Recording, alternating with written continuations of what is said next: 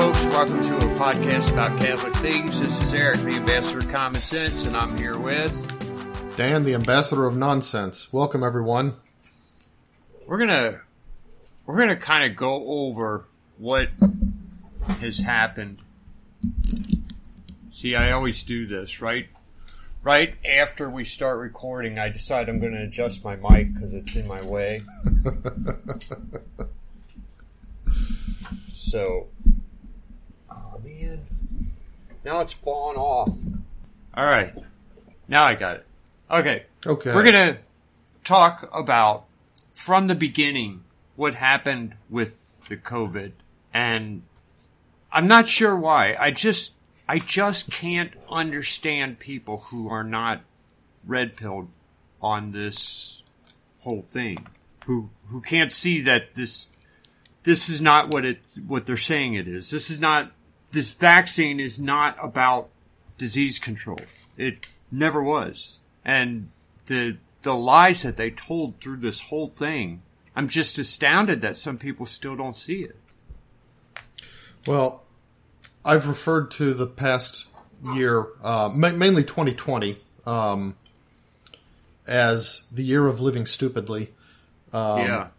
And I think some people want to keep on doing that. Isn't there a movie called The Year of Living Dangerously? I think that's where that phrase came into my mind. I was like, well, this is the year of living stupidly. I have never seen that movie. Me neither. Or know about it. I don't know about it. I've never heard of it. I'm going to go look it up while we get started. It is a movie. Okay. 1982. 82, there's a thing called Year of Living Dangerously. Yeah, a movie from 82. It stars Mel Gibson, believe it or not. Mel Gibson, Sigourney Weaver, and Linda Hunt. A young Australian reporter tries to navigate the political turmoil of Indonesia during the rule of President Sukarno with the help of a diminutive photographer. So, I don't know. Maybe it's an okay movie. He's a good actor, but not all of his movies are good, though. Yeah, right. Now, on the other hand, Tommy Lee Jones, I will see a movie just because he's in it. And he's never not made a movie better that I've seen. Oh, by being there versus if he wasn't in it. Yeah. Like some movies, it's like if he wasn't in it, there's just no way in the world I would watch that movie. But I'll still gladly watch it with him in it for some reason. I don't know. He does something to a movie. He makes it better. Yeah. All right. So I'm going all the way back to January 6th of 2020. The CDC is issuing a level 1 travel watch because of China's outbreak, which China was alluding to, but they're not really telling us much about it. They're just saying that there's this virus. Because I think, and maybe I should have included this in the timeline, I think what happened was China wasn't going to say anything about it, but some doctor sent out some reports when he shouldn't have. And of course that doctor's now dead. Yeah. But of course, their plans were to, quote, keep it under wraps.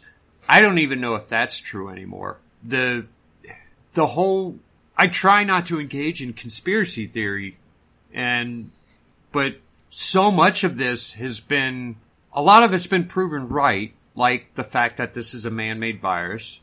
Mm-hmm. And so many of the things that we thought weren't even possible now kind of look like they really did happen. So when China acts like it's trying to cover it up, is it really because it wants us to look at the history and say, yeah, they were trying to cover it up, so obviously they didn't do this on purpose, you know?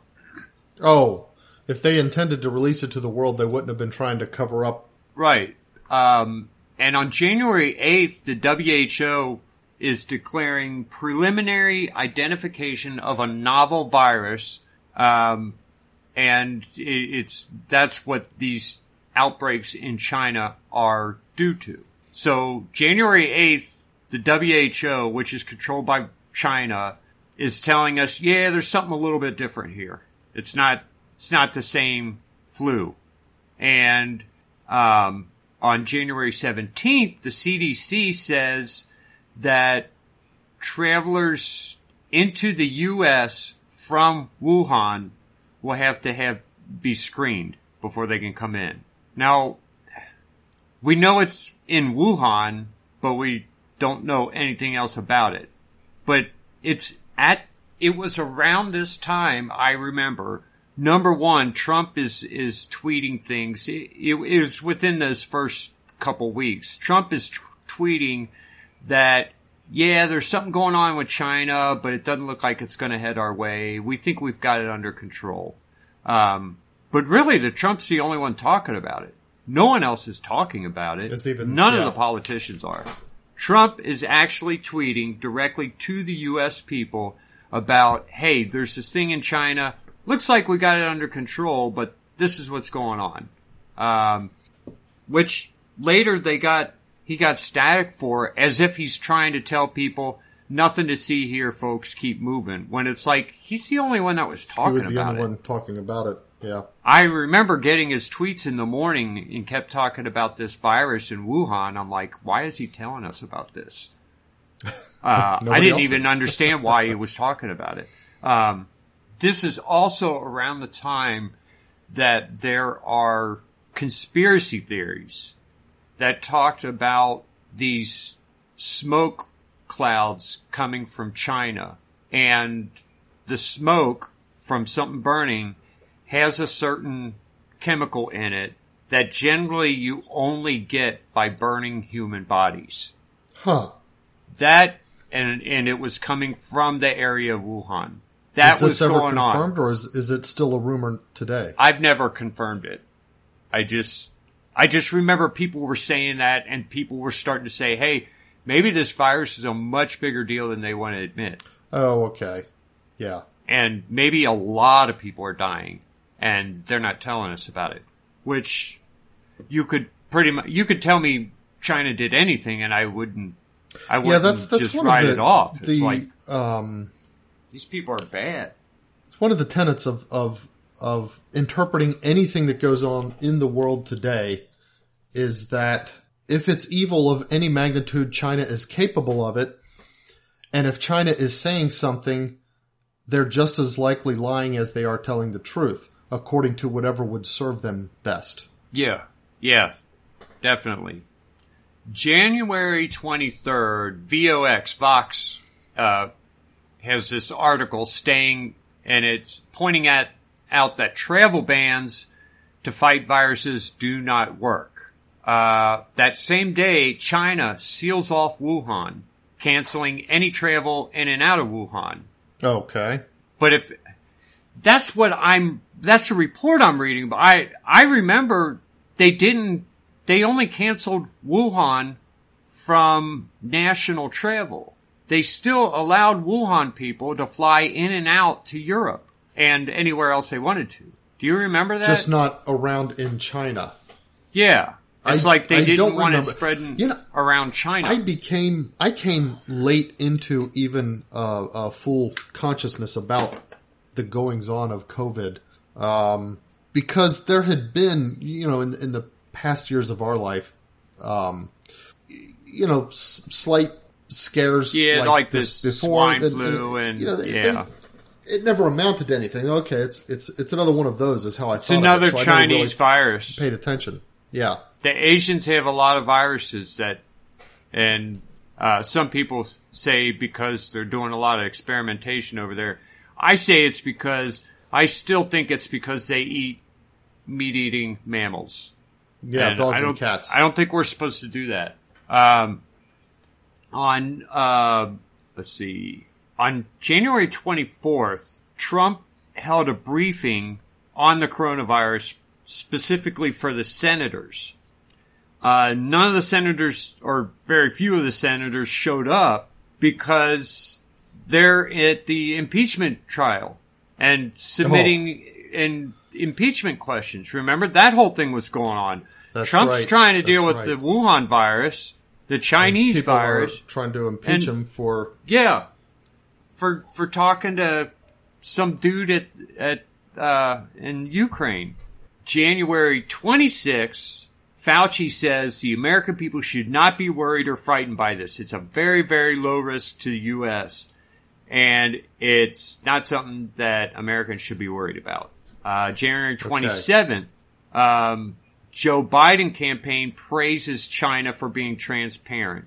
And this is from Axios Klein, says, I think what you'd have to say about China is it's been more transparent and more candid than it's been during the past outbreaks, though still there's problems with transparency and candor. So are they transparent and now? Well, at least they said that much, but let's, if China can put on a face of transparency. I guarantee you, everybody out there, China is not transparent in anything they do. Anything they bring, anything they say, anything they present, anything they let the world know, deliberately. And, you may discover secrets, but anything that they put out there deliberately, it is put out there to serve China without regard to whether it's truthful or not. I'll tell you what it is China was transparent about the things we've already known about, Mm-hmm. So we knew there was a virus. We knew it was starting to cause problems, and China admitted to that. So good for them. Right. Yeah, just that. Hold on, Danny. Ask him if he wants you to put a movie on the Roku. You have to play it and fast forward it like 5 minutes so that you can prove to him that the subtitles are on, and then go back and start it over after he sees them. You know what I mean? Yeah, but is he going to ask to put on that one movie like always? Les Mis? Yeah, he probably will. Just say, Grandpa, we don't have that one. And if he asks you to put on Grease, we don't have that one either. I don't know what he's thinking about, but he's not wanting to watch people dance and sing. He thinks he wants to watch Grease? I don't know what to put on then. He's got a list. Say, Grandpa, you wanted me to put a movie on. What do you want to watch? During your podcast. Not to be mean. You say, a lot. Yeah, I know. I say a lot. My kids are giving me podcast advice. I heard. Yeah. January 30th. CNN publishes a piece and Corona Task Force, another example of Trump administration's lack of diversity. So CNN is worried about Trump's diversity in handling the coronavirus, because that's what's most important here. Because getting the most different colors of people onto the task force is what's going to stop the virus, right? Yeah, viruses we need diversity. Yeah, that's the same day. WHO declares a global health emergency, and the State Department here in America advises against traveling to China. That's on the 30th. Okay. On the 31st, Trump says, all right, no more China. They said he suspends the entry as immigrants and non-immigrants of persons who pose risk of transmitting 2019 novel. Why do they call it? They're calling it novel coronavirus. Novel coronavirus. Right. Yeah. Yeah. So he's shutting down travel between us and China. Right. This is the China travel ban. Yeah. Biden is calling him xenophobic. New York Times, they've got a disease guy who is saying, I lost my place now, that Trump's decision to restrict travel from China was more of an emotional or political reaction. Canada's health minister, Patty Haju, says that there's no reason to doubt China coronavirus data. We don't need to be worried about this. That's what everybody's saying. Trump is shutting down travel to and from China. Everyone else is saying there's nothing to worry about here. Now, was China saying they had it under control and that they're not spreading it at that time? Yeah. China's kind of not admitting to anything. I mean, we know what we know from things like satellite imaging and the fact that they stopped all travel from and to Wuhan. Within their mainland. Within their, but they're still letting stuff fly out of there to Europe and America. On February 2nd, a CNN tweet says there's a virus that has infected 15 million Americans across the country and killed more than 8,200 people this season alone. It's not a new pandemic. It's influenza. That's from CNN. Who put that out? CNN. Okay. Yeah. Let's see. New York City Health Commissioner, I'm not even going to try to say that, tweets, as we gear up to celebrate the Lunar New Year in New York City, I want to assure New Yorkers that there is no reason for anyone to change their holiday plans, avoid the subway or certain parts of the city because of the coronavirus. Everything goes on as normal. There's nothing to worry about, is what they're saying on February 2nd. Okay. February 4th, they're starting to talk about masks, and Fauci says masks are really for infected people to keep them from spreading to people who are not infected. It's not to protect uninfected people from acquiring the infection. That's probably the one moment in this entire timeline that he was honest and correct. Yeah. And that's always made sense to me. I would see my father-in-law wear a mask, and I'm like, why are you wearing a mask? And they're like, well, you have it or something? He can't, this is before Corona. They would say, he would come to our house, or he would just go outside and he'd wear them. I'm like, why are you wearing a mask? Okay. He said, well, I can't afford to get the flu. And I'm like, you know the mask isn't going to keep season. you from getting the flu, don't you? And he didn't know that. So yeah, the mask was like get a in through your eyes comfort or whatever thing. else. Yeah. And it was like it was a painter's mask, you know? And I said, look how your glasses fog up every time you breathe. You realize the air's just going around the mask, don't you? But, oh well, I'm not going to argue with an old person. Yeah. They like their masks. Okay. February 5th, 5,000 passengers on 2 cruise ships in Asia are quarantined. On February 7th, we're back to the New York City Health Commissioner, and he says, we're telling New Yorkers to go about your lives, take the subway, go out, enjoy the life. February 13th, there are 0 confirmed cases of coronavirus in New York City and hundreds of Chinese restaurants that need your business, says the mayor. Who's the mayor? De Blasio? Yeah. Yep. And February 14th, France announces Europe's first coronavirus death. I think it was around this time that we started talking about this. No, it wasn't. No, because by the time we talked about it on our podcast, there had been deaths in America. The whole nursing home thing had sort of started. Happened. Yeah. And the toilet paper was starting to disappear. Oh, that's it wasn't right. a shutdown yet, but Fauci announces that the risk of coronavirus infection in the U.S. is minuscule. Also says that people shouldn't wear a mask unless they're contagious. Mm-hmm. February 23rd, coronavirus infections are surging in Italy and South Korea, and Italy begins to lock down towns. I was just starting in terms to take of notice quarantining the towns, them like from travel or closing businesses. They were closing businesses down. Okay. I remember reading that thinking, well, that's kind of dumb. Why? Yeah. They're not quarantining people who have the disease. They're shutting the town down. And they think that, I guess, diseases don't travel when the town is shut down.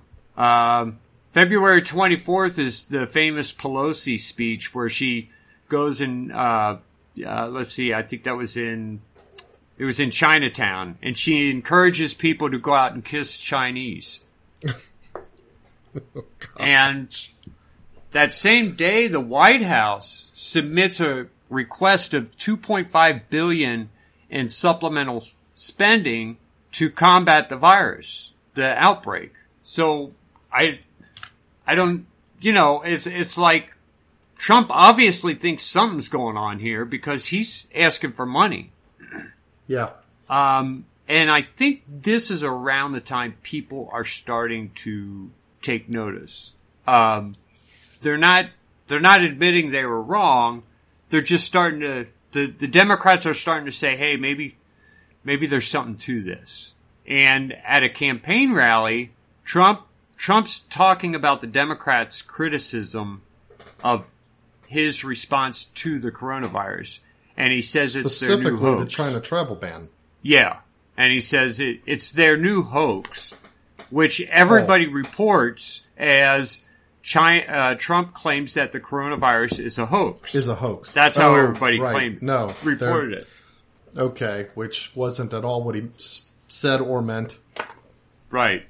March 2nd, de Blasio is still saying, everybody just go on with your lives. Still nothing to see here. March 4th, the New York City Health Commissioner on March 4th is saying he's not really no longer denying that maybe there's a problem.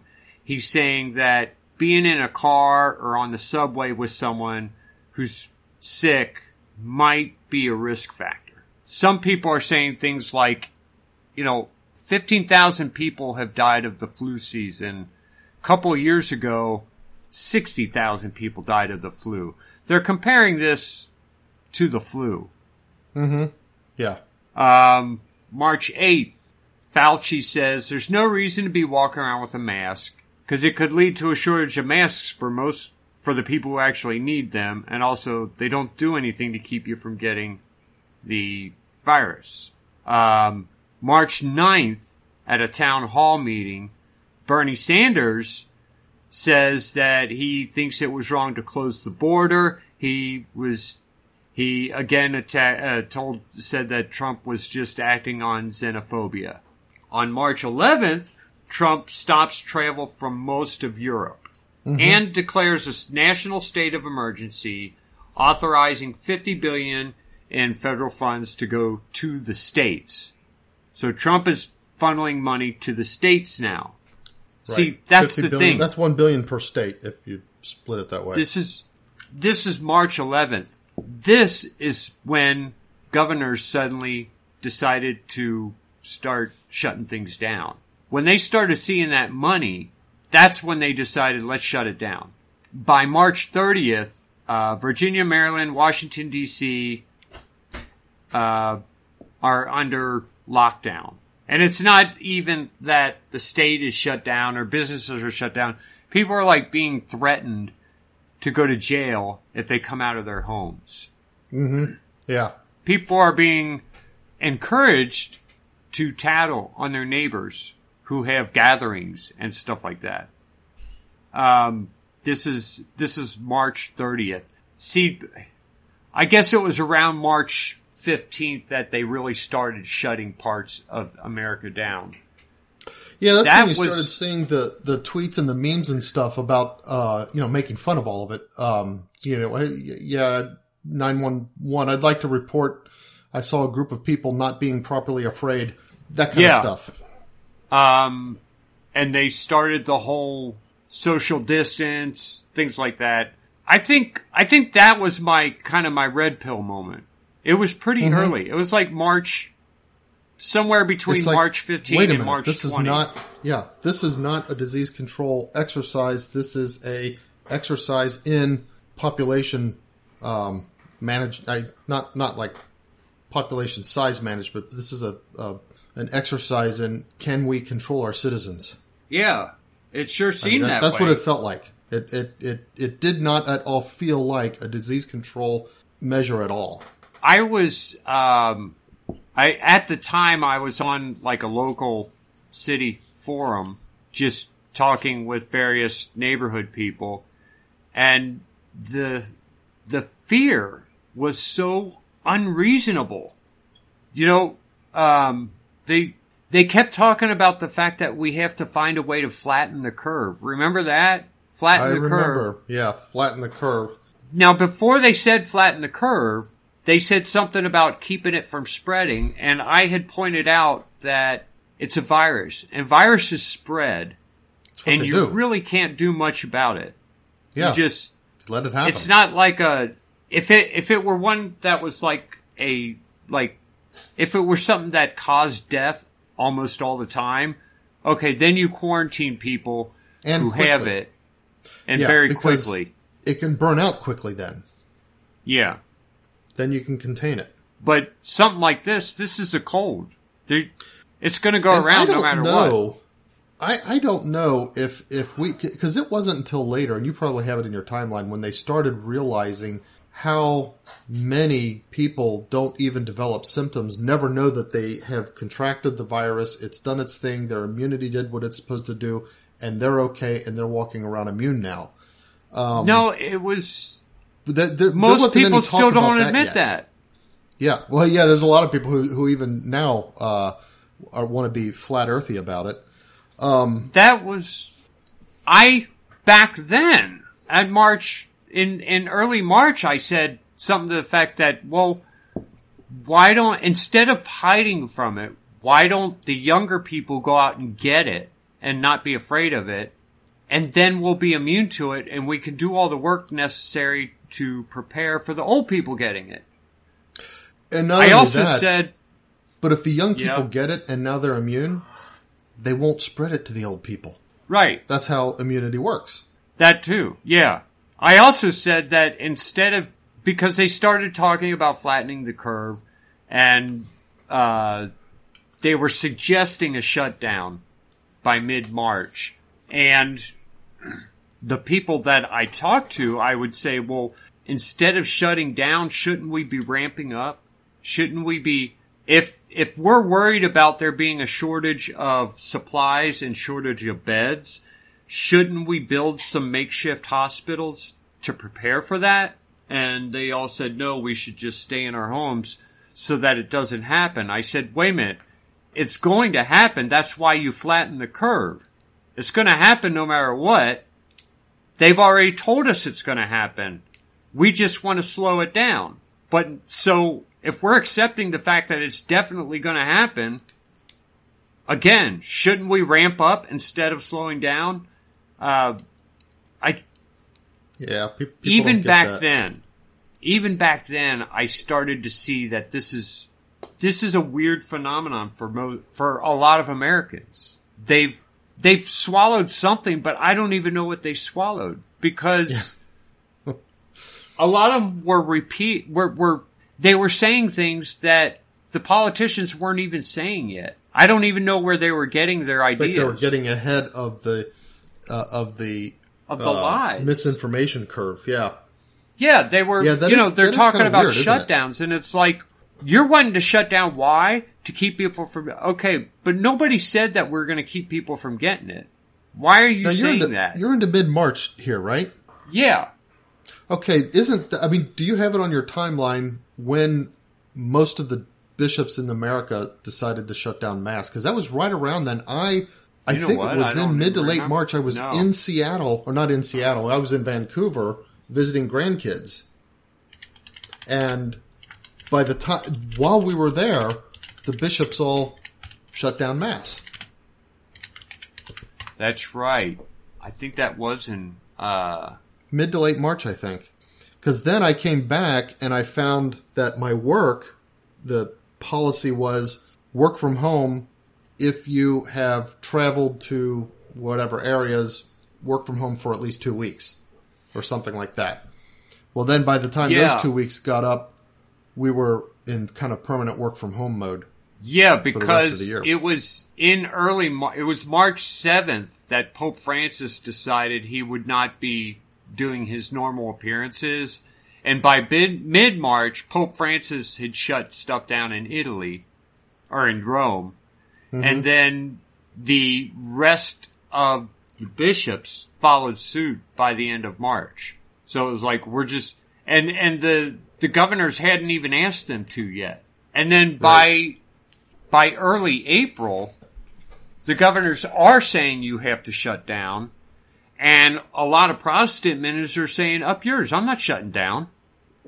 Mm-hmm.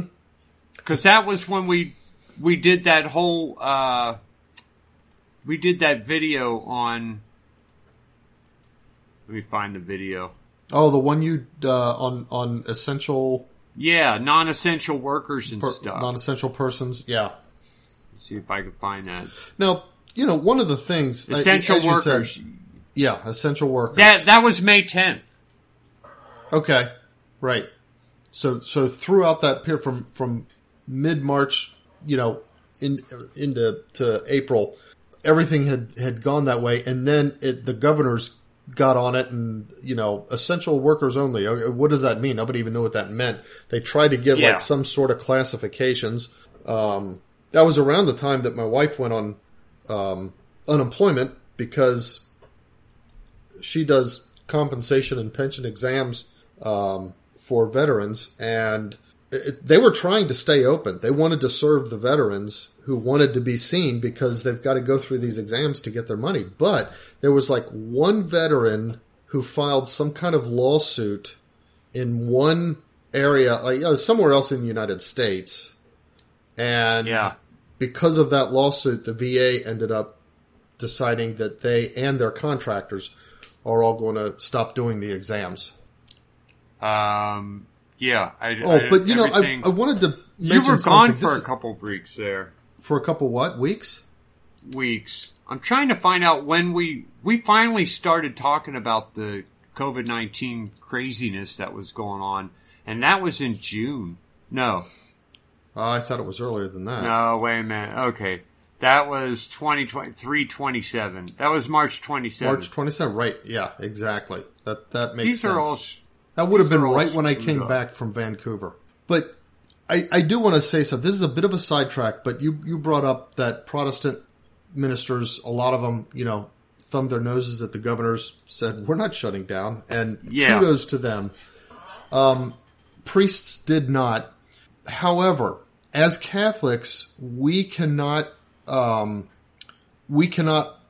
hold the priests to blame for that, because regardless of the governors, the priests are solemnly obliged to obey their bishops. It's the bishops who shoulder all the blame with regards to the Catholic Church's response to this. Yeah, they do not really have a choice. They've got to do what the bishops say, and the bishops said, shut everything down. Yeah. So that's what just they did. Want to point that out to people. Yeah. That's right. Okay, we had taken a long break, and we had not done any podcasts for a long time. Is that when we did our recap podcast? Yeah. That March 6th is when we did our recap. March 27th is when we finally talked about COVID, because everyone was going so nuts. I said we should restart the podcast. Yeah. And that's when we did it, is March 27th. Because by then, most of the states were either shut down or had a shutdown in plan. And I don't know, I really think that time was so weird, because I didn't figure Americans to, I didn't think people would take it. I thought nobody's going to do this. Yeah, it seemed to run against the grain of the American spirit to go along with this. I mean, it just shows you how effective, I think, liberal and communist forces have been in dulling the American spirit and the American character since the 30s. They said, we're shutting everything down. If you have a large, giant business like Walmart, the bigger industries, those can stay open. Some of them, anyway. If you're paying a lot of the taxes, you can stay open. That's how it really went. Yeah. And that's why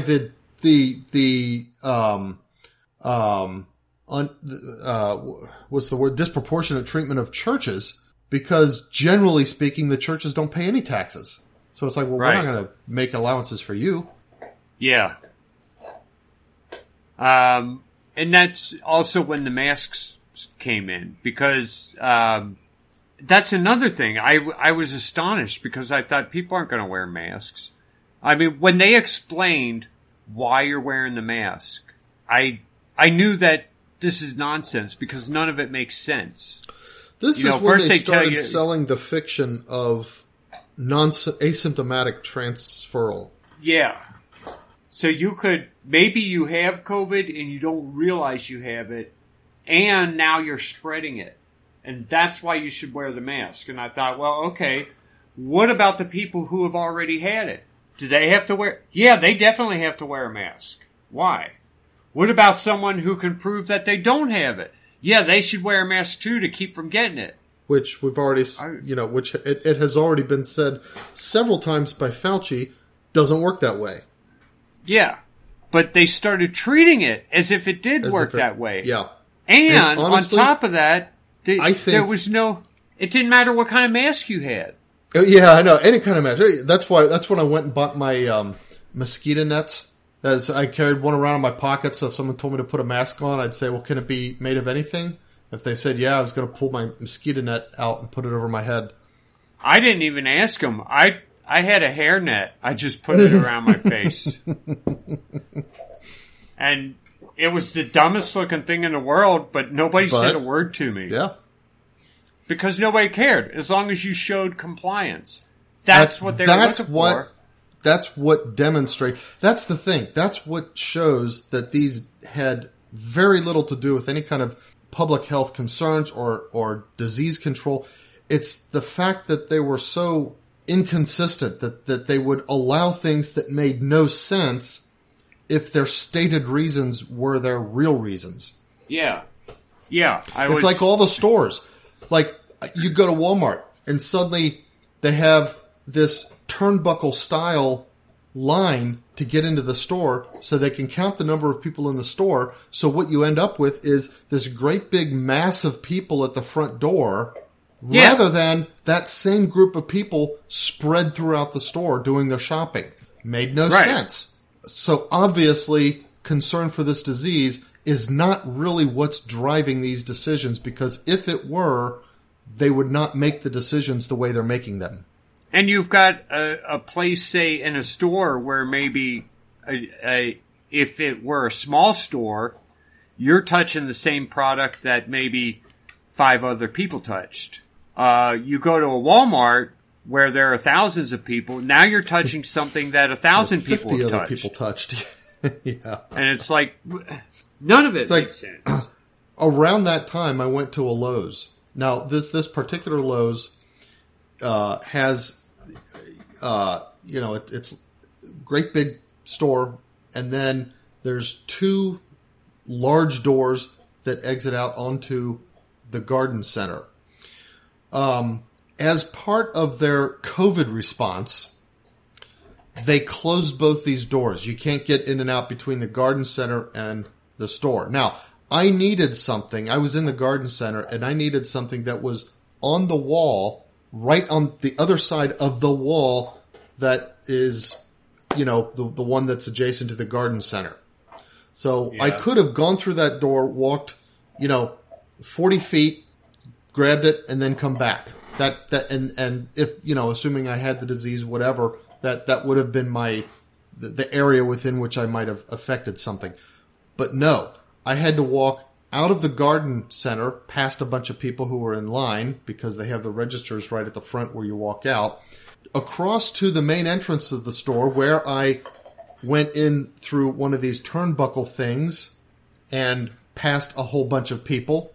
Then through the store over to the point where the garden center doors were, but they were closed, got my thing from the wall, and then walked back the other way past a whole different group of people, and then all the way back around past those same people or different people in line at the garden center, and then finally got in my place in line.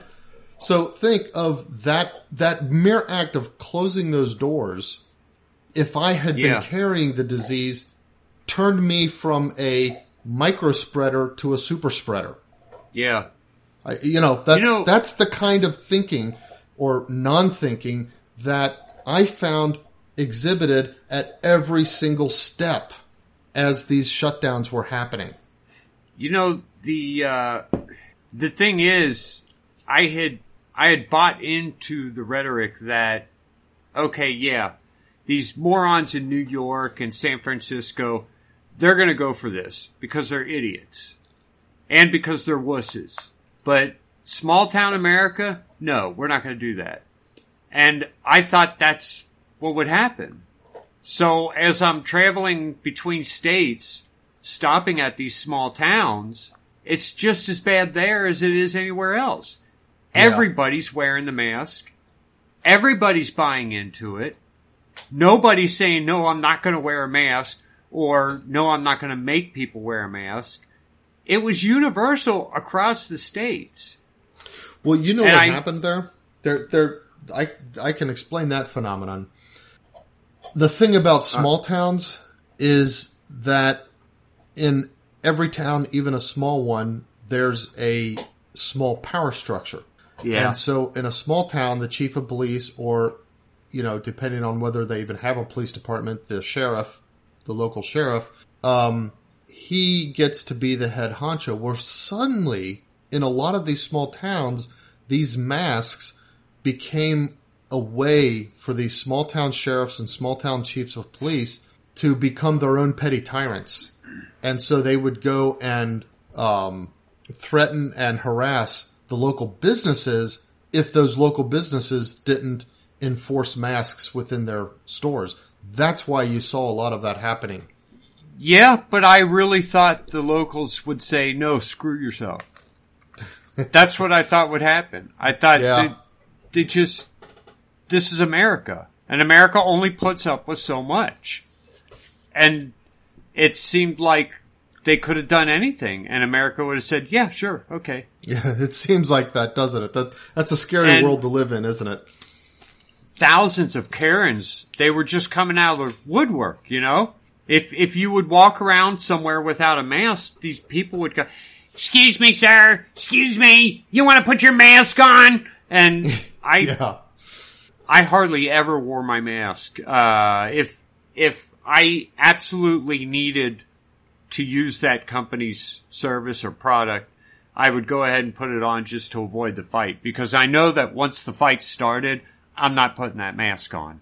Mm-hmm. So, if I could get away with not using them, then I wouldn't wear it. And inevitably, some Karen would come up chasing after me trying to get me to wear one, and I wouldn't wear it.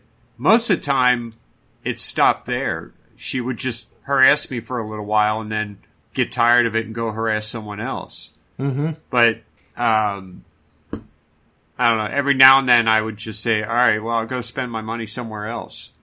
Yeah. I've done that a few times. I've also done, like, if you walk into a big place, the people who are working, unless like security or somebody like that comes, the people who are working there really have very little power. Like, I'd walk into Costco and I'd have a mask in my pocket. And so the person whose job it is to watch for mask non-wearers would say, sir, do you have a mask? I'd pull it out of my pocket and say, yeah, and then stick it in my pocket and walk on into the store. Yeah, I've accepted. People would say, you need a mask? I'd say, sure, and I'd take it and put it in my pocket. Oh, there you go. Thanks, bud. Hey, thanks. Thanks for the mask. Okay, so we're up to what, April, May time frame? Yeah, beginning of April. And this is when Cuomo's starting his crazy stuff.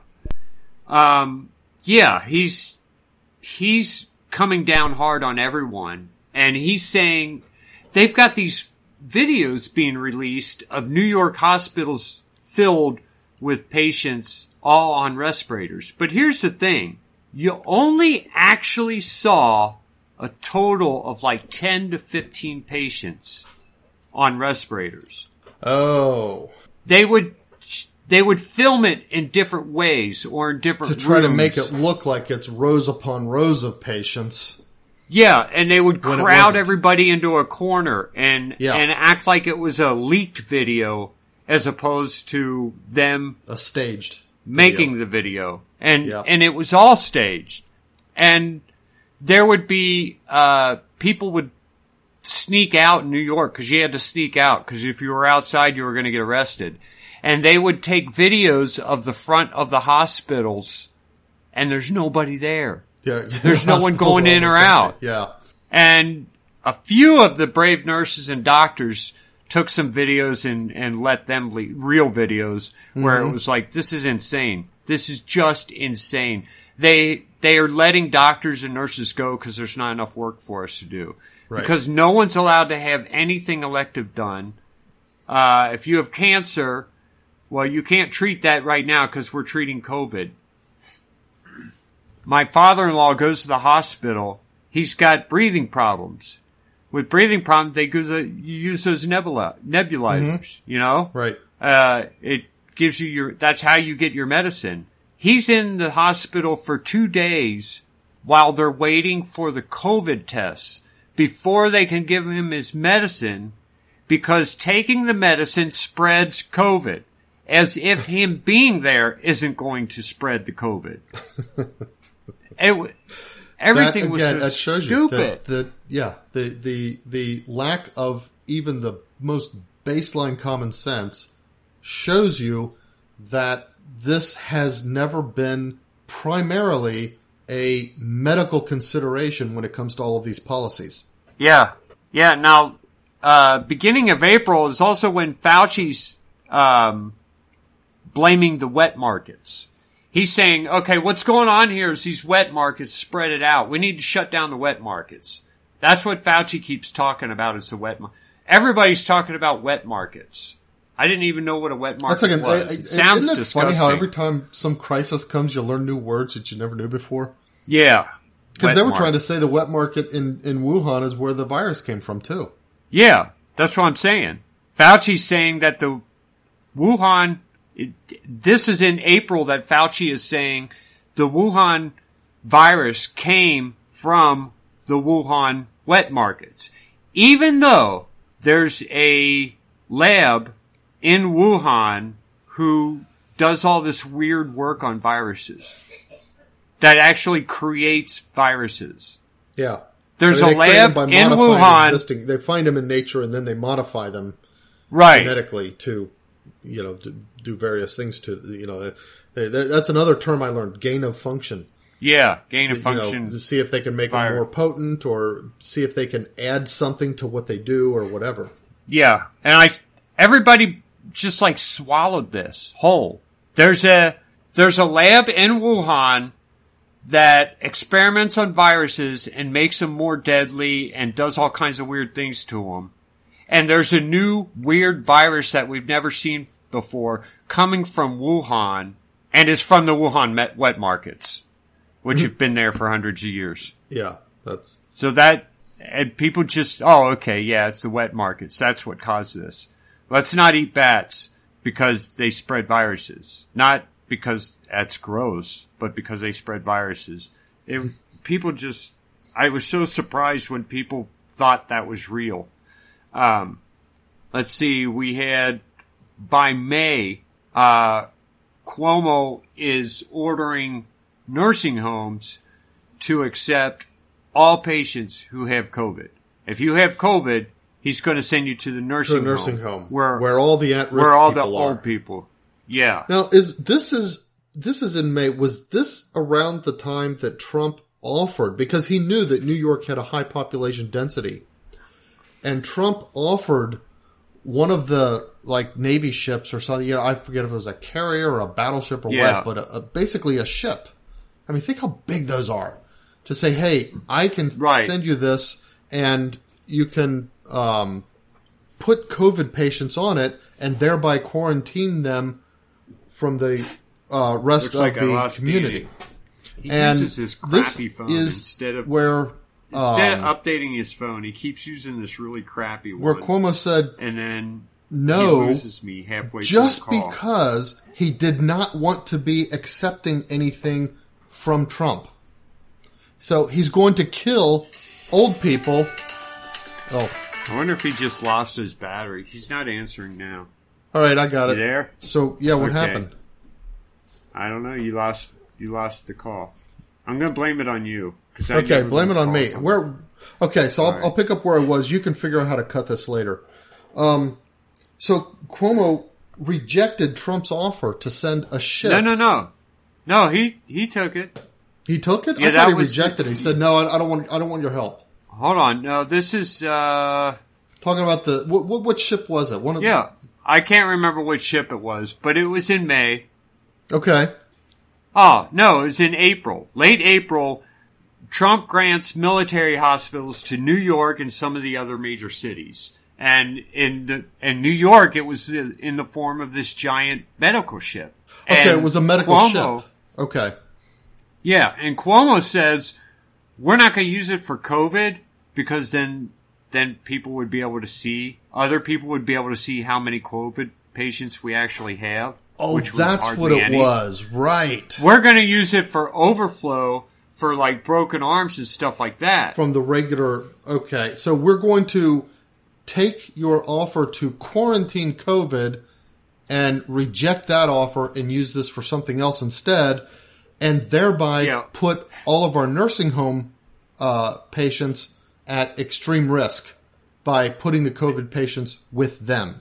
Except, even those ships never had a single patient, even non-COVID patients. Because the hospitals didn't overrun. Yeah. And none of the cities had a single patient. Yeah, I mean, Cincinnati, there were I believe, where they we set up something in the convention center. We set that up, the Duke Center. I don't know what it's called now, but we set that up for patients, and nobody went. Yeah, nobody went.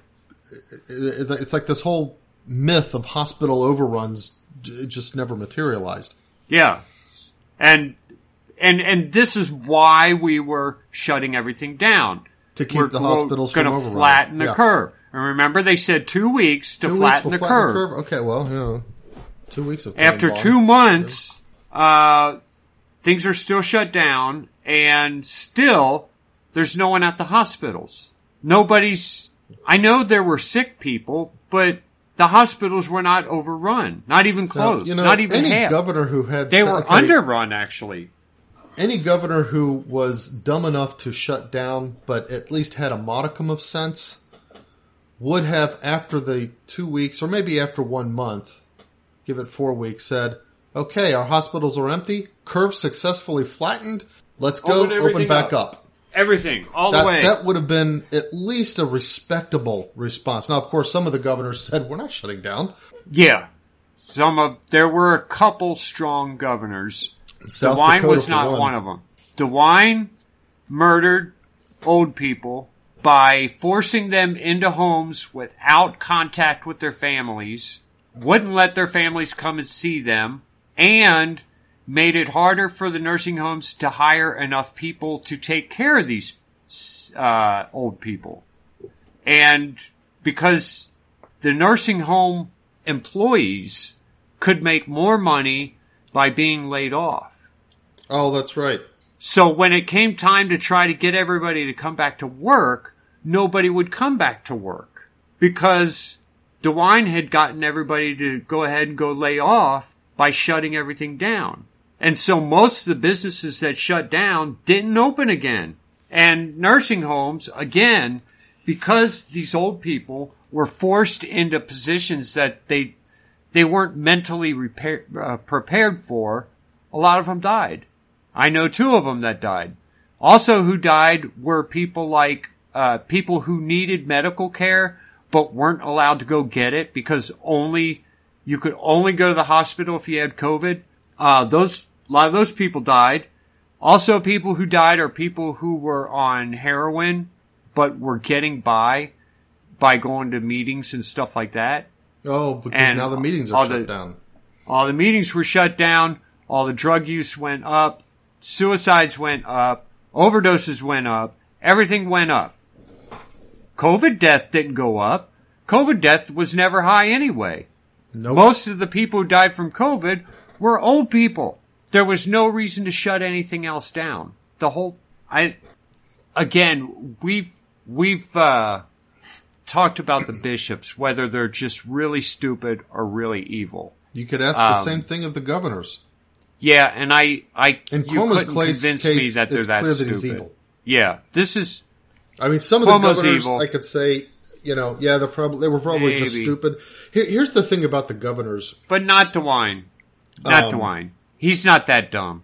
There were, because I have referred to this as a panic-demic, and there were multiple layers of panic, and so you've got a sort of once they decided to do it, once the liberals and the media got on board and said, okay, you know what? Let's go ahead and panic the population. There was the panic over the virus itself. But what drove a lot of the governors and even probably mayors of large cities was not a panic over the virus, but a panic over their image in terms of being not properly responsive to the virus. It didn't matter what they did. It didn't matter whether it was good or bad. It didn't matter whether or not it killed people or saved people. All that mattered was that they appear to be doing something. There was a panic over appearing to do nothing. And that's what drove a lot of the policies for governors and mayors. 2,000 years ago, a guy was on trial, even though he didn't do anything. And the governor there knew he didn't do anything and wanted to set him free, but knew that it would look bad for him. So he went ahead and put him to death. And we've never forgotten that. We still attribute that to him every day at the Mass when we say he was crucified under Pontius Pilate. These old people in nursing homes died under Mike DeWine and under Andrew Cuomo. Yeah, exactly. Exactly. You know, Pontius Pilate is the prototype of the modern governor and mayor who gave in to this panic over appearances. Yeah. That's exactly what they're all a bunch of Pontius Pilates. Because it's not just old people who died. Because of these shutdowns, there were people who lost their livelihoods completely and were driven to such despair that they committed suicides too. Yeah. People who never would have been affected by COVID directly. Right. It's just inexcusable. And then you've got numbers coming out of certain, worldwide charity organizations and that kind of stuff that say as many as 10 million people worldwide may have starved because of the lack of charity that normally results in funds going to help feed them and keep them going, and provide them with the tools to be able to do things like dig wells and build schools and that kind of stuff. So, this whole shutdown mentality has consequences that are way more far-reaching than just the old people that they killed. And we haven't seen the end of it because the shutdown in certain industries is just now starting to catch up. And I think it's going to be a while before the buying class of America realizes how much damage it did. Yeah. But we'll see. I mean, if they say only essential services are allowed to continue, essential services is, say, selling food. But that food's got to be prepared somewhere. And, okay, even if you extend it and say food preparation, with that, we'll go ahead and allow the food preparation places to continue. But the food preparation places need certain equipment.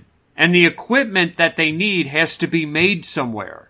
And those places shut down. So 6 months later, a year later, the food preparation places don't have the equipment they need. And now they're finally shutting down a year later, or they're not producing at what they ought to be or need to be producing. People don't understand how this might still play out, let's see. And all of that takes place in April and May. Right. In June, the FDA that's when they started going after hydroxychloroquine. Oh gosh. And maybe some people's lives could have been saved there too, right? Yeah. I mean, it was completely taken off the table because it, quote, didn't work. But they never showed there was any problem with taking it, Mm-hmm.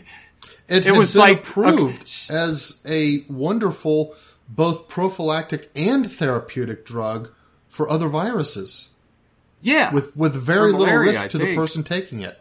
Yeah. It was like, okay, so why are we just going to automatically say you can't take it? It's not even that it's not advising. It's you're not allowed to take it in some states. And you're not allowed to talk about it. And you're not allowed to suggest that maybe you ought to do some studies with it. And you're not, it's like, yeah, it was weird. It was religious the way it was suppressed. That's when the canceling started too. Yeah, it was. I mean, it was if like you said the word on YouTube, you were canceled or shut down for right. a while anyway. Exactly. It was like the modern version of the church's index of forbidden books kind of a thing. Yeah, it was weird. Around June, that's also when we start seeing not just rumors of, but real evidence, damning evidence of the fact that they're falsifying records of people who die from COVID. Oh, mm-hmm.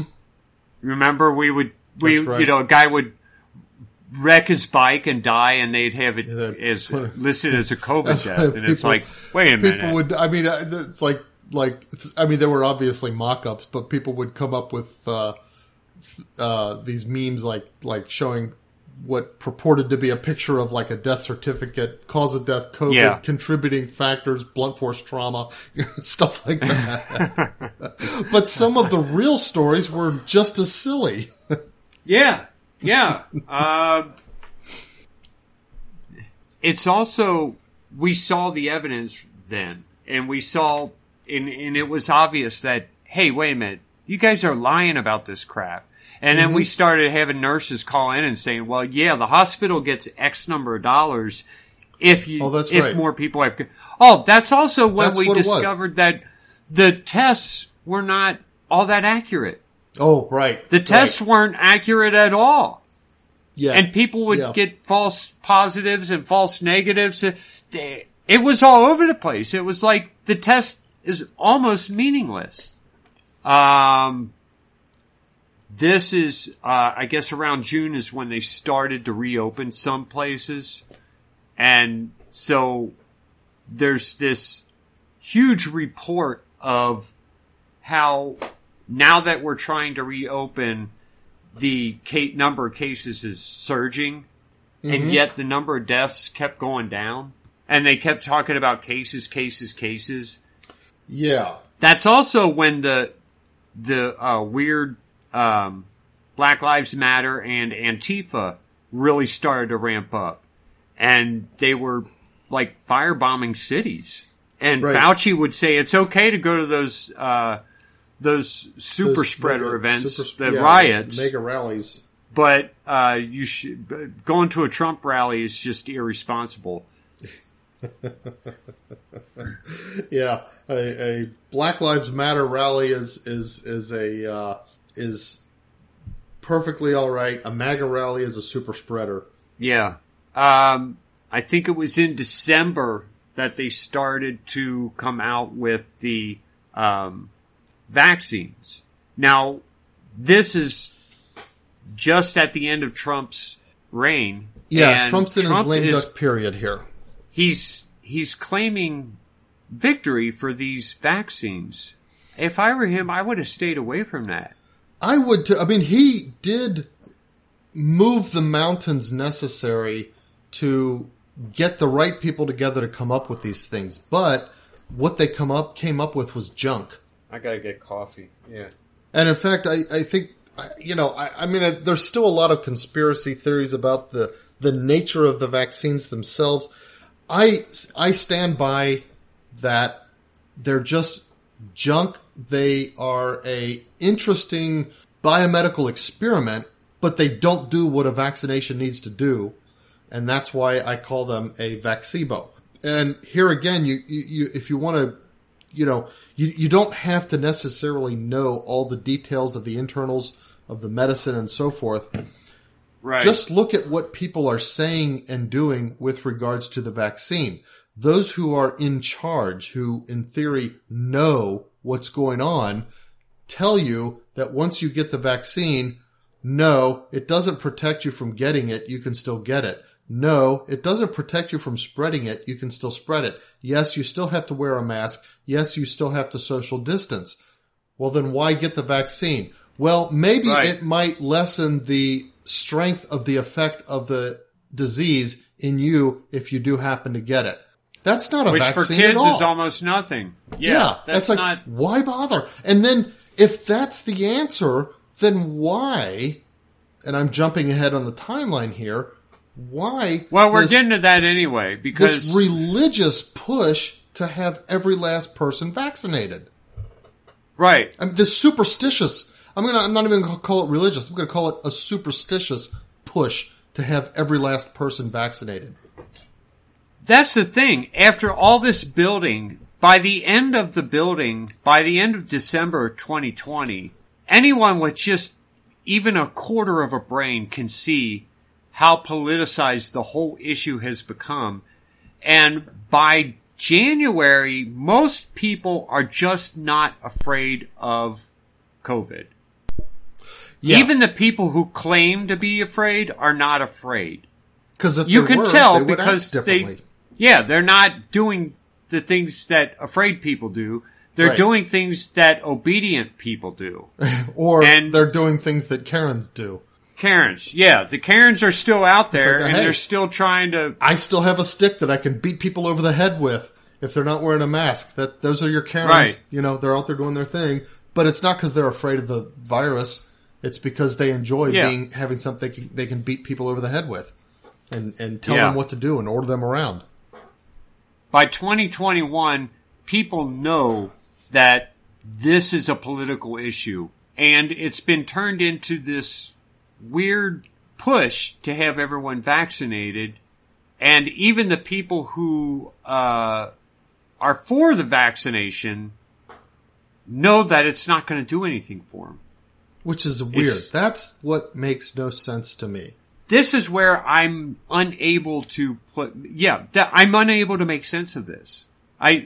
Unless it's just flat out money for the big pharma.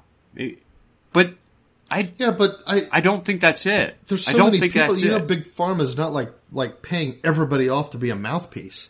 I don't know. Yeah, that's so weird. This is the part that makes no sense. You've got this religious big devotion. Pharma could convince country leaders to buy enough vaccinations for their people. They don't have to try to make everybody get the vaccination.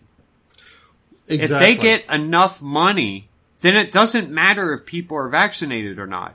But they want people vaccinated, even though it doesn't do anything. Yeah. And they want people to have to prove that they're vaccinated.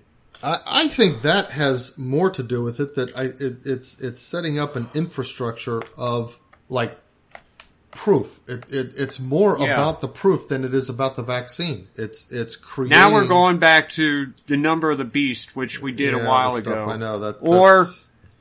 Or just papers. Whether it's related Let me to see that your or not. papers. Yeah, exactly. That's how I think of it, as kind of like the Soviet Union style or Nazi Germany. Papers, please. Yeah.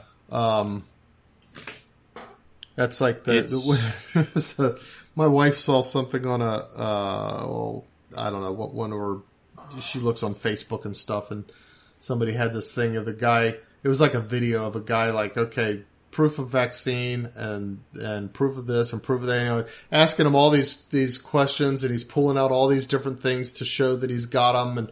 And it's kind of funny because one of them in the middle of it, just kind of thrown in there, you might not even catch it, is Blockbuster card. But the thing is, after he goes through all of this proof of stuff, and then they say, and do you have your receipt? And he's like, oh, darn it, I left it in the other car, or something like that. And basically, he's just trying to pick up a suit at the cleaners. Yeah. But it's, the point I think is well taken. It's like, given the ineffectualness of the vaccine itself, given that even those who promote it say it doesn't have any effect, why this weird push to have people forced to carry around their vaccine cards and stuff? Yeah. You know, after all of that, what I would point out is from the very, very start, we both, without talking to each other about it, had the same feelings on this whole thing. We both thought of it the same way. And we both thought, this is crazy. People are acting like idiots. Yeah. We should not be shutting down over a cold. And we both knew that the COVID virus was real. It is killing people, but it's not killing people the way they're acting like it's killing people. And the things we're doing to try to solve it are not going to solve it. And we're killing more people by doing what we're doing. We were right the entire time. Yeah, I can't absolutely. look at one thing that we said and say, "Oh, wow, I messed that one up." No, we're wrong there. Yeah, no, absolutely. That's everything we said all along the way, and we never denied COVID. Even in private, even not just the podcast, private conversations. Because we talk about stuff. It's been there, spot on the whole time. I mean, there's times when we speculate about the way things are going to go or the way things might happen or whatever, but in terms of the overall arc of this thing and the stupidity that underlied everything that those in power were doing, no, we've been spot on the whole time. Right. So when we figure out why exactly they're trying to get everybody in the world vaccinated, you can trust us to tell the whole story. It's just that this is the stumbling block.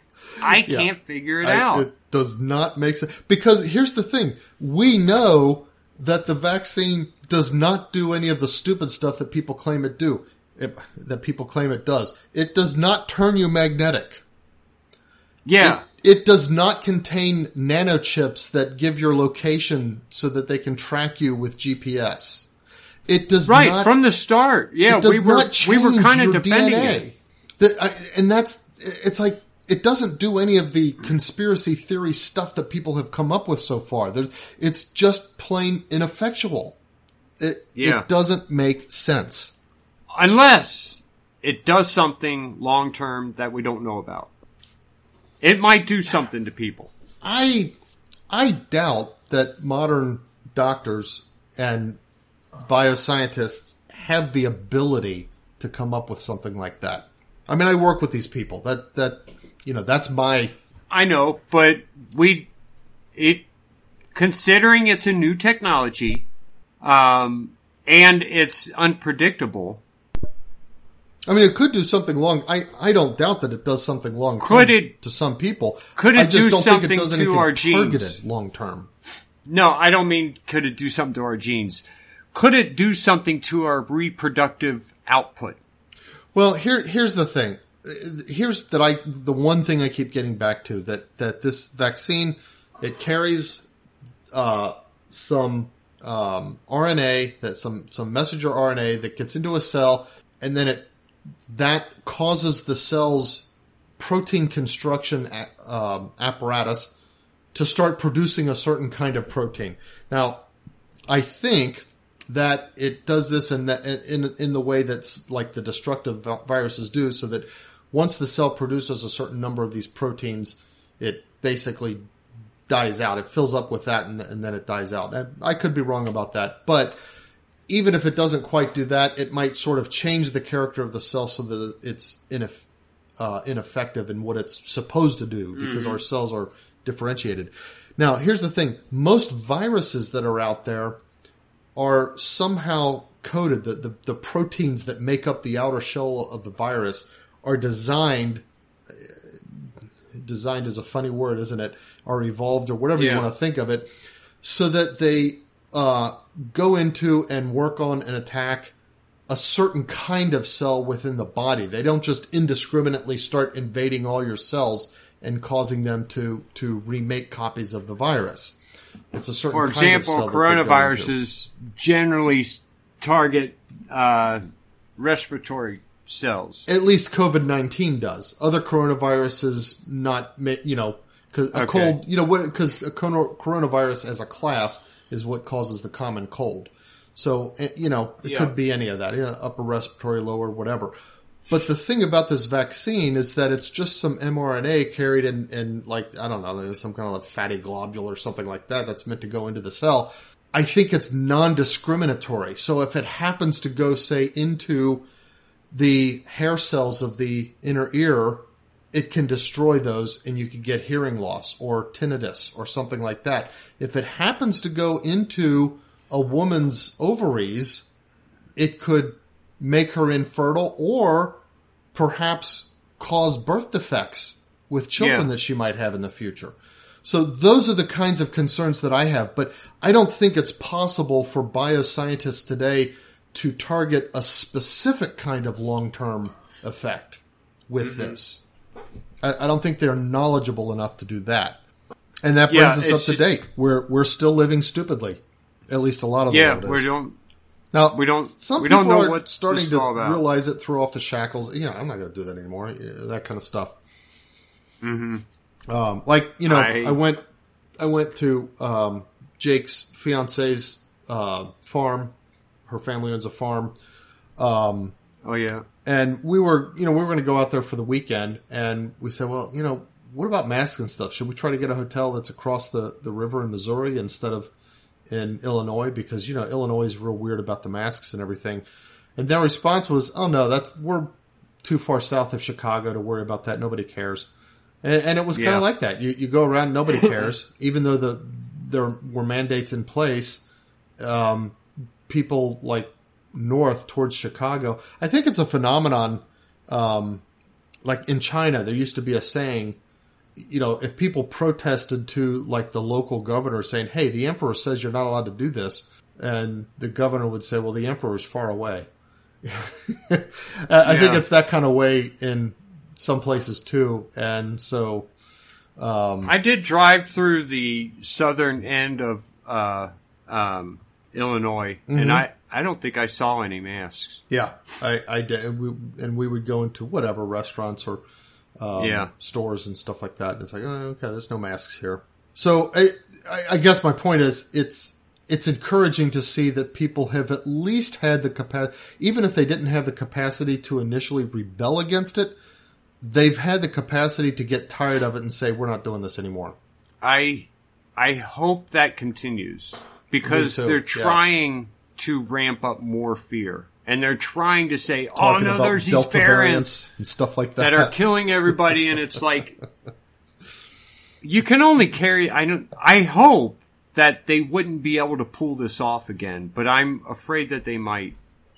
And I lost so much faith in the American people during this last round. When I went into Kroger's and I was the only person without a mask. Oh, yeah, I've been there many times. The announcer's on the thing going, we're going to ask all our customers to wear a mask. And I'm just ignoring them. And I'm looking around and I'm the only one. Yeah, and it's obvious the guy's talking to me, but I'm just walking along like I don't hear him. Mm-hmm. But I was the only one. 75 people, 100 people, and I'm the only one without a mask. But, okay, here was the thing. When they opened up the churches, when they allowed some of the priests to open up churches. Mm-hmm. This is before I was taking the kids to the TLM. I was going there myself, but all of my kids were going to Novus Ordos. Yeah. Yeah. So Sam had gone up to St. Martin's, and he said he never did wear his mask, and he was never told to wear a mask. But he was the only one in the whole church who didn't have a mask on. Yeah. And I went to the TLM, and there was like one person there with a mask. That was it. Nobody was wearing a mask. Well, when Terry and I were in Illinois, we had to go to Mass. And so we found a church, and I mean, it was one of these, newish, modern parishes. Yeah. So everywhere that we go, there's hardly any masks. I mean, you might see one person here, one person there, but they're the kind of the lone holdout kind. Except when we went to church, everybody else had a mask except for us. Isn't that so sad? It is. It's like the Catholics among everyone else ought to be the ones to say, no, we're going to reject this loss of common sense because God gave us brains and that's the thing. Catholics have always been the church of reason and knowledge and doing what seems right. I don't know what made me more sad. The fact that the American people swallowed it or that Catholic Americans swallowed it and I had that one glimmer of hope when I went to the TLM and no one was wearing a mask. I was like, oh, okay, there are some normal people still. It's just that we're such a minority, even in the Catholic Church. And our Catholic priests and bishops are all drinking the Kool-Aid.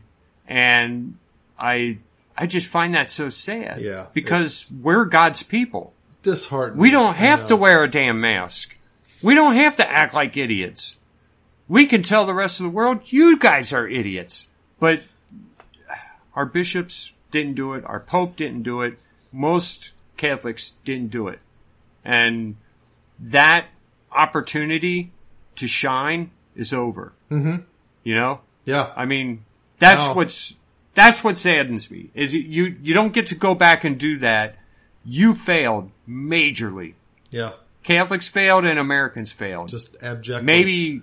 Maybe because people are kind of like, maybe they got tired of it enough to where it's not going to happen again. That would be great. But it's sad that they failed that first round. But, Catholics can recover it. That Catholics can recover the Catholic spirit.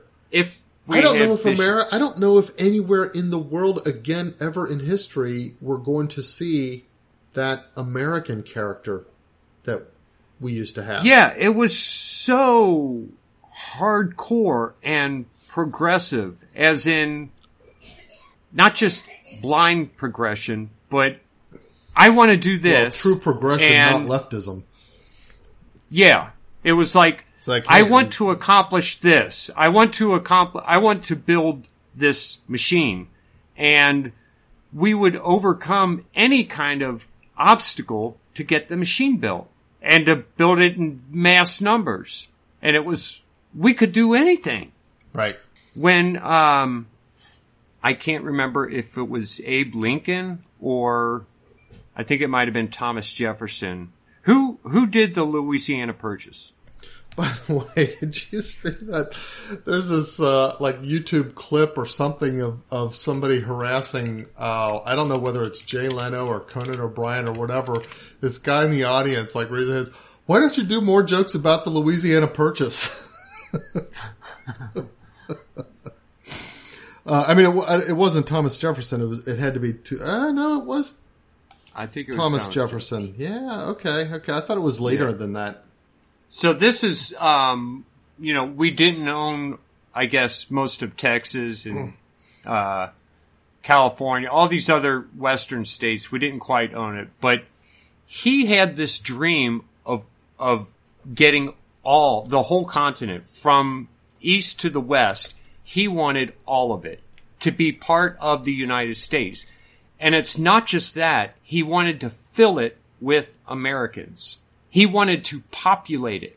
That was his dream. Mm-hmm. Populate this entire continent with Americans, with inhabitants who would work to create this monstrous League of Nations. That at the time, that's more or less what it was. It wasn't one giant nation. It was a whole bunch of states that would cooperate to be this force that the world had never known.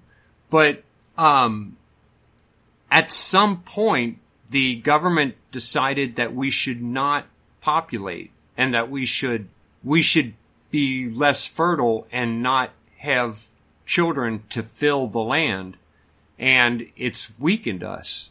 And it's when you say, well, could we ever achieve what we achieved before?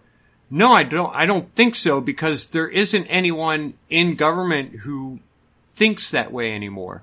Nobody says, we're going to dominate this land and we're going to use the land for our good and we're going to fill the land.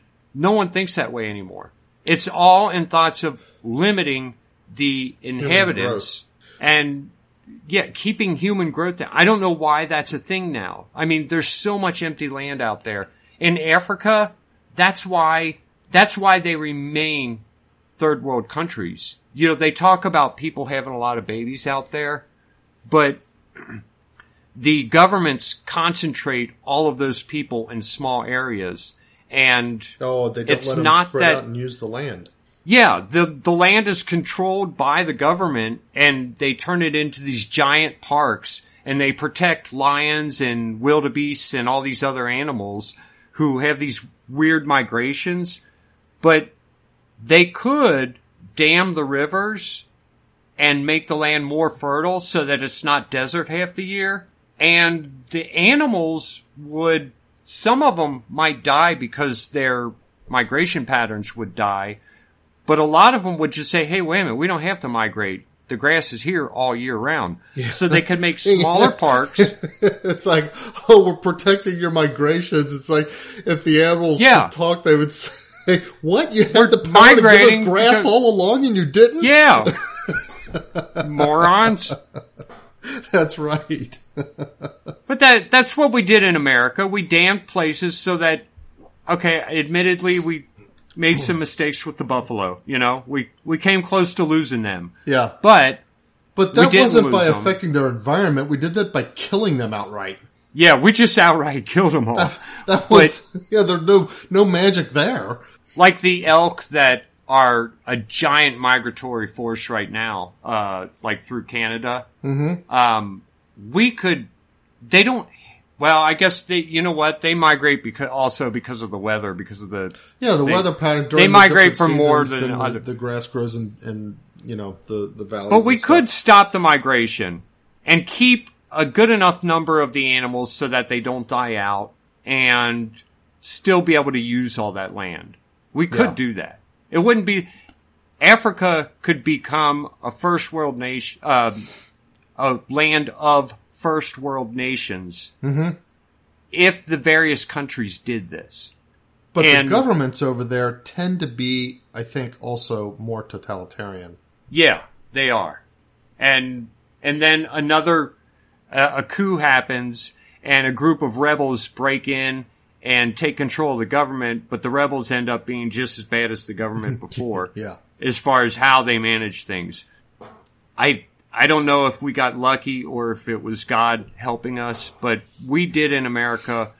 I don't think it... You're right. I don't think it really is kind of a miraculous confluence of events that forged America. And it really was kind of a forging, not just a forming, not just a birthing, but a like forging in fire kind of a event that Man, we should. I don't know if there's a chance to ever recover that in the world. I wish we could go back and I wish we could restart the America series that we only did one episode on. Oh, gosh, that's so research intensive, though. Yeah, it was. I did so much research just on the one episode, and then when I re-listened to it, I was like, really, there's not much here. I know. After all the time that I spent, it really doesn't say a whole lot. I don't know what to say. I just don't have that much time. Maybe when I'm retired, I'll be able to do some of that stuff. Yeah, and we can talk about it. Like 20 years from now. Exactly. I was going to say 20 years from now is when I think I might retire. Yeah. All right. Well, I think we're done with the subject. All right. We can talk about news. And I lost Danny again. He moves and he drops his calls. And then he tries to act like, oh, was that you or me? Let's see if he answers again. I'm in the bathroom. Maybe that's what it was. He had to go to the bathroom, but he didn't want to do it with me on the phone, so he's like, all right, I'm just going to drop the call. You there? Yeah. Okay. All right. In the news. What? Okay. Well, I'll just start talking. Okay, Joe Biden and the UK Prime Minister and the Australian Prime Minister form kind of an alliance against China's growing influence in the Indo-Pacific region. So they're trying to raise up I I guess, like a navy here against China, which will include us giving, I think what it really boils down to is us giving Australia nuclear-powered submarines, which, on the face of this, I want to say, yeah, we need to do something. China's getting way too brave over there. On the other hand, the fact that we're giving Australia nuclear-powered submarines, and Australia is becoming a kind of the prime minister there is becoming a tyrant. Yeah, He's Australia forcing they're the ones touting vaccines. The fact that they are developing this constant this ability to sell this app for your phone to self-quarantine, where the phone constantly monitors and reports your location, and if you're not within the area you're supposed to be, they come and arrest you right away. It's getting pretty bad in Australia. And it like routine like it randomly sends you like text messages that you have to respond to in order to prove that you have the phone on you. I mean that's like scary stuff. Yeah, this is and he's proud of it. The fact that we have the US, the UK, and Australia going in this alliance against someone that we all know is an enemy. It kind of reminds me a little bit of England, America, and Russia. Yeah. Having an alliance. And it's like, Australia's getting really bad. And we've got our eyes on China and Russia, but Australia's doing the same crap. So, I don't know. They're forming this alliance. China condemns it and says, you guys are making it, you're gonna destroy the peace in the area as if there's peace. And you're gonna intensify the arms race. Well, okay. I mean, that's what China's doing. So, France is on the side of China, and they're protesting the whole thing. In fact, they recalled their, ambassadors from the US and Australia in protest to this. Biden agreed to meet with France in Europe soon to kind of try to repair the relationship here. But that's, as far as where we stand right now, France has agreed to send its ambassadors back to the U.S., but they haven't done it yet. Mm-hmm. But France is still saying this is bad. And the problem is that it's Biden. So I can't think of anything he could do where I'd be like, yeah, okay, good job, Biden. Because no matter what he does, I'm going to think, you're up to something here. Yeah, you're doing something bad. You're always doing something. You're an evil person. Or he's just not able to function mentally, and what he's doing is like someone else, exactly. And it might be a different someone else from time to time, which is why Biden's entire administration might look like a whole series of disjoint actions without a cohesive schema for foreign policy. The only thing we can say about the Biden administration as a whole is that it can't be trusted. Yeah. That's really the only thing we can say. So no matter what they do, maybe it'll be for the good, maybe not. I don't know. All I know is that we can't trust them. So we just hope that good comes out of it. Right. You know?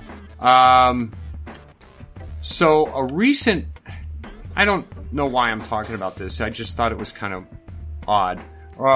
The journal Nature reports that there are 700 million tons of carbon dioxide being produced by Australian brushfires. Okay. This resulted in a massive phytoplankton bloom larger than all of Australia. And that bloom of phytoplankton absorbed the carbon dioxide. Yeah, that's why it grew. Yeah. Okay, well, cool. They report these things, and it's like whole big complex system of feedback, and that's why the whole environmental doom and gloom industry Yeah, it's they don't make stupid. any sense. It's like, exactly. You have no idea how amazing this planet is. Every time we learn something, we're more amazed. And it's like, you really think that American industry is going to poke a hole in the ozone layer? Or it's like Rush Limbaugh used to say, if the president came to NASA and said, "Hey guys, we got to figure out how to poke a hole in the ozone layer," they wouldn't think. They'd be like, "Well, you can't do do that. That's impossible." Yeah. So there's been escalations over the past week with the. Remember last week we talked about first North Korea shoots a couple missiles, and then South Korea shoots a missile from one of their submarines, I think. Okay. And America condemns North Korea shooting missiles. North Korea has condemned the fact that America condemned North Korea and not South Korea. Without condemning South Korea. They're saying it's double dealing. But well, you know what? We're not enemies with South Korea. North Korea's evil. We're not at war with each other. I mean, South Korea's not, you know, it's got its problems, but North Korea's evil. Yeah. North Korea, they do terrible things to their own people. I don't know. Ukraine and U.S. are announcing that they're going to begin some joint military exercises. Okay. In the next week. So that's interesting. That is interesting. I mean, so Ukraine's still trying to fend off Russia. I was going to say, what is Ukraine's status vis-a-vis Russia right now? Are they still succeeding in holding them out? As far as I know, they are. Except for that one part that was annexed, like right before Trump got in. Mm-hmm. I don't even remember what area that was, but I think they're still part of Russia. But yeah, they're still holding out, so this might get interesting. Now, wasn't Ukraine the country that a few years ago there was talk about, and maybe this happened, maybe it didn't. I don't remember. My memory of modern events is pretty bad. But wasn't there talk about granting Ukraine membership in NATO? I don't remember. I don't know. All right, I'm going to go look that up while you go on to the next thing. Okay. French authorities say that Notre Dame the cathedral will be reopening in 2024. I don't know what they're talking about. The whole dang thing burned down. I mean, maybe there's a frame that's left over, but the incredible artwork that used to be there, that's not going to be recovered. Those people need to straighten their country out. They need to get rid of all those Muslims before they try to open a major cathedral like that again. Yeah. Because it's just going to get burned down again. So I guess it was like some of the right-wingers supposedly called for a rally to express solidarity with the people who were arrested for the January 6th thing. Okay. Okay, just off the face of that, when I hear that whoever is asking us to gather for a rally, that sounds like a trap to me. That sounds like the thing that happened in January 6th. Yeah. Why? So you can arrest us all again? Because January 6th was a setup too. I think in large measure. It was just one big setup. Now, we didn't know it was a setup, so a lot of people participated, but nobody, they erected another fence outside the White House, I guess, for fear of violence, because there's so many violent people on the right, and I think 4 people were arrested, so, oh well. So, okay, in Afghanistan, the Taliban replaces the Ministry of Women's Affairs with a new ministry named, get this, Ministry for Preaching and Guidance and the Propagation of Virtue and the Prevention of Vice. Say that again? On its face, it doesn't sound bad. Ministry of Women's Affairs is going to be replaced with, and this is actions by the Taliban, Ministry for Preaching and Guidance and the Propagation of Virtue and the Prevention of Vice. It doesn't really spell out anything. It's just, you got to say all that. I know. If it were Catholics, I would say, okay, that could be good for the country. Right. But what it means is the Ministry for the Enforcement of Sharia Law. Yeah, that's ultimately what they're talking about. Yeah. The new Taliban mayor of Kabul asks women to stay at home in case their job can be filled by a man. He adds that the Taliban finds it necessary to stop women from working for a while and urge them to work in places where men cannot go due to gender segregation. One Taliban spokesperson says that girls will return to school soon, adding that we are finalizing things. It will happen as soon as possible. The announcement came as the Taliban banned girls from grades 6 to 12 from attending school, which they said was only temporary. Yeah, they got to reorient the schools so that what they're teaching the girls is proper. They don't want to teach them, Muslim femininity, whatever. That's thing is. Right. Here's the thing that the girl thing, the women's working thing.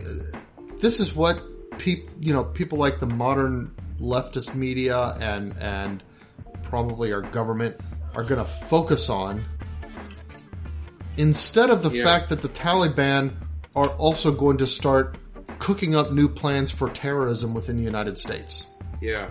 That it's like, okay, this is what you expect. This is just a Muslim country being a Muslim country. If they were a Muslim country and stayed within themselves, there wouldn't be a problem. The reason Muslims are a problem is because their Quran requires them to conquer the entire world and convert it by the sword. That's what Islam is. And that's why it's a problem. Not because they have their particular rules about how women should work within society and so forth. The thing is, I want to do a show soon about what's going on with girls nowadays. There's something weird happening to American women. And it's another one of those things that I haven't quite figured out, but I see the evidence for it everywhere. The way women have suddenly come to hate men so much, and the way they've turned themselves into victims, as if there's like a race to see who's the bigger victim between all women.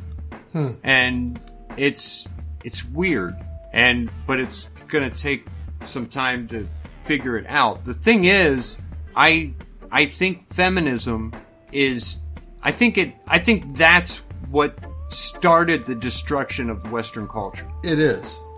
And it's also tied to abortion because at its core, feminism, fundamentally what it is this, it's taking the idea of womanhood and trying to completely sever from that the idea of motherhood.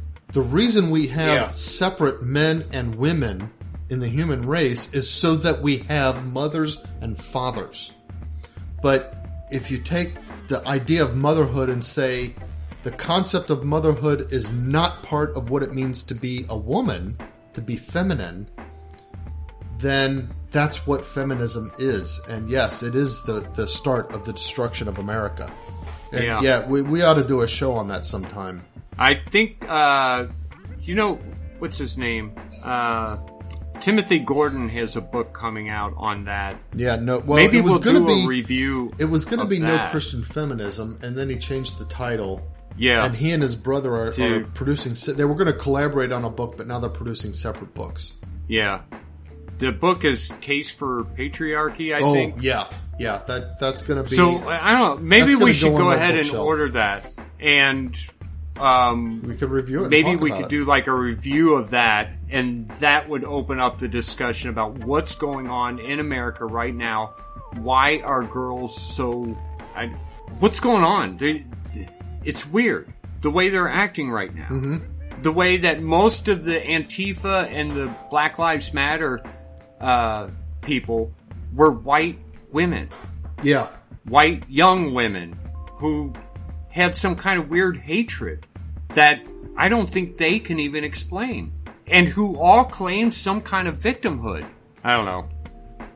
The problem is that when you start talking that way, then you start to sound like the Taliban. And it's like, it's not. It's different. We're talking about something different here. Because the Christian world doesn't want women as a slave or as a sex object. Mm-hmm. But Muslims do. That's what Muslims want women to be. Yeah. I mean, you see that in their concept of what heaven is. Yeah. Heaven is a bunch of virgins to have sex with. Yeah. That's what heaven is. Over and over again. Christians don't say that. No. Christians don't think there's going to be sex in heaven. Sex is a reflection of what real love could be. Yeah, sex, I don't know. It's sex for Christians is a reflection. That's it's like a good a word. Shadow. It's a shadow. Kind of an expression of certain realities of God and the relationship between God and creation and that kind of stuff. Yeah. But as an activity, it's part of our animal nature and not part of our divine or spiritual nature, and not part of what we're going to be, doing when we are in heaven. Even though we'll have a corporeal existence in heaven, it's not. That's just not going to be like that. We got to talk about that sometime. That's specifically what you just said there, because it raises other questions like, all right, we were going to reproduce here on Earth before the fall. Yes. We're going to fill the Would Earth. It have been the same way?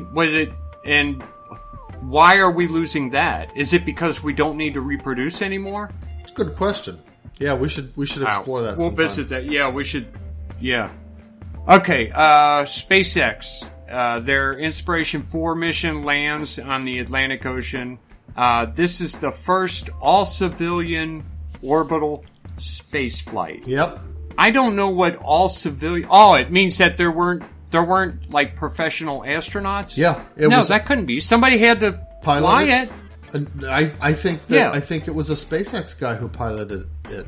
It wasn't. Really? It wasn't. I don't think it was government funded or manned in any sense whatsoever.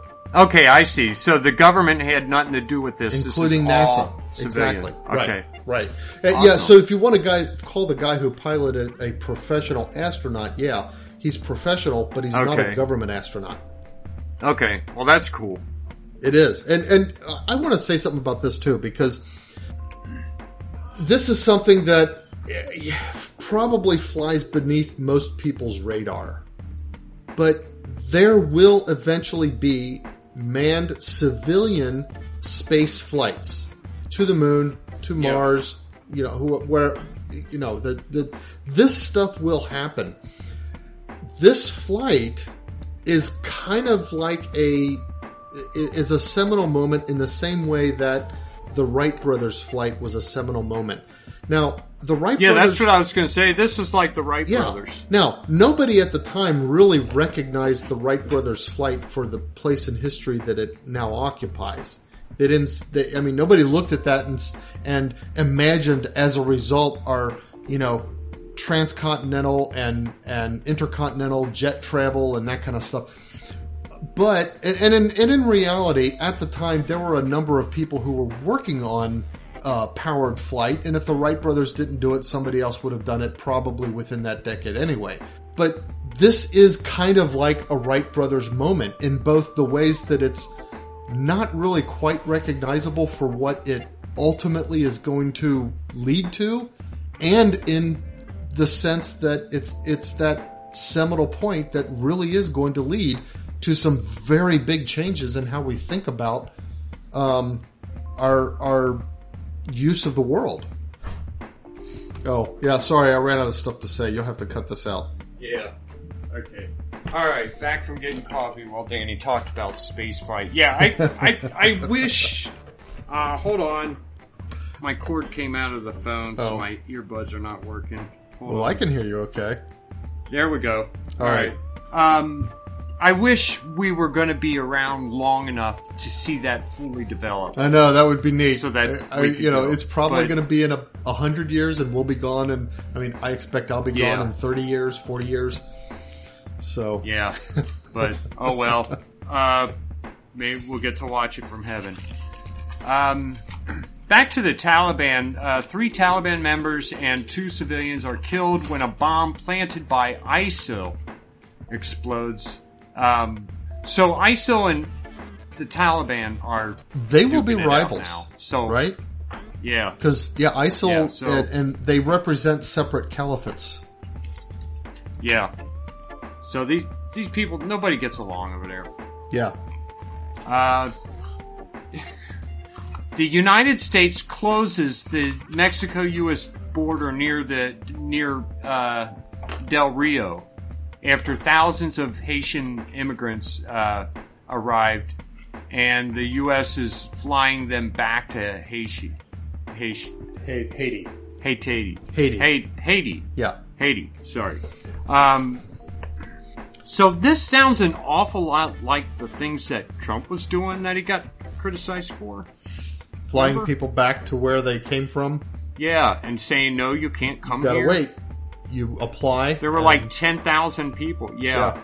They just started flooding the city in Texas City. I just heard something, though, on Dinesh D'Souza today. Dinesh D'Souza says that this image that they're flying all the people back to Haiti who come to here is a bit of a ruse and is incorrect, because what's actually going on is if you're like a lone guy, you show up, they treat you that way, they put you on a plane, deport you back to Haiti, whatever. But if you're if you bring kids with you, then you go through the Biden process of being brought into the United States and then released to go anywhere you want. Now, I don't know if that's true, because Dinesh tries to be on the cutting edge, and so he resolves things as they go on. But that's what I heard. Yeah. It's not quite as complete as what this report might be saying. Okay, so now we're back to human trafficking. I mean, exactly. That's because what those the are the ones was. that are going to have children. Yeah. Yeah. So it's like, hey, if you're a human trafficker, disgusting. We'll let you in. If you're clearly not a human trafficker because you're by yourself, you got to leave. You got to go back. You're back. Yeah. So kind of backwards. Did you ever see Hotel Rwanda? No. That movie, right? Film. No. The movie. It's a pretty good movie. Or at least when I'm watching it, yeah, it's a great movie. Inspiring. This hotel manager saves all these people. That's how it's portrayed. But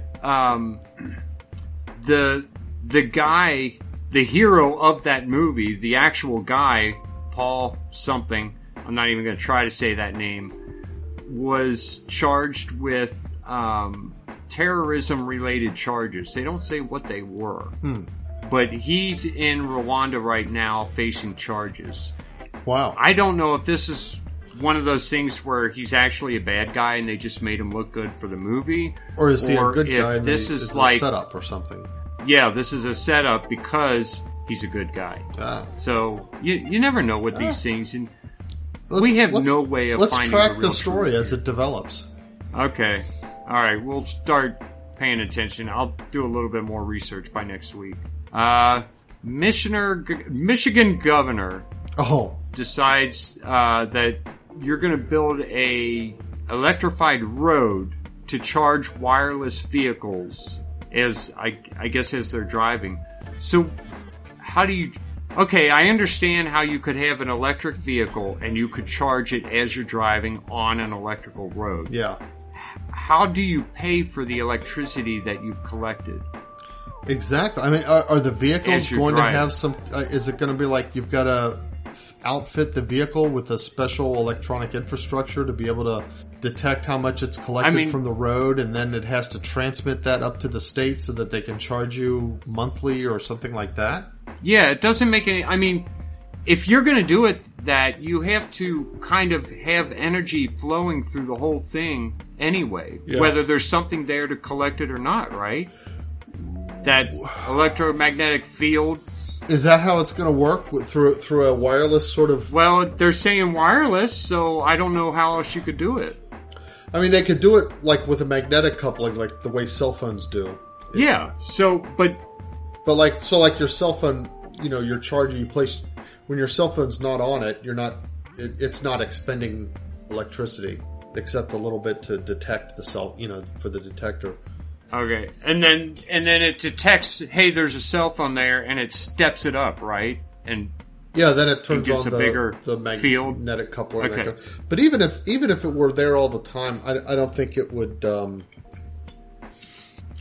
I think without a receiver, it generally doesn't actually expend that much electricity unless there's something to draw the power from it. Okay, we talked about that once on a Saturday morning when I was over there, or Sunday morning.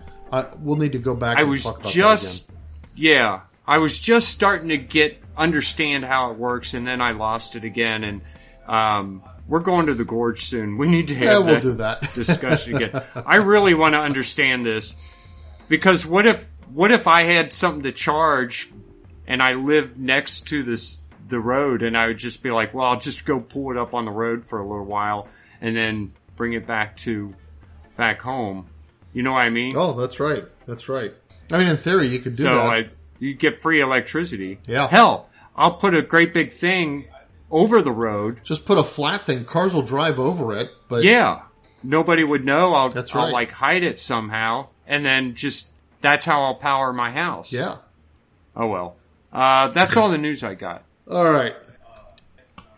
Well, I've got a few nonsense notes. So first of all, just as a nonsense, I just want to rant a little bit about Indiana's stupid.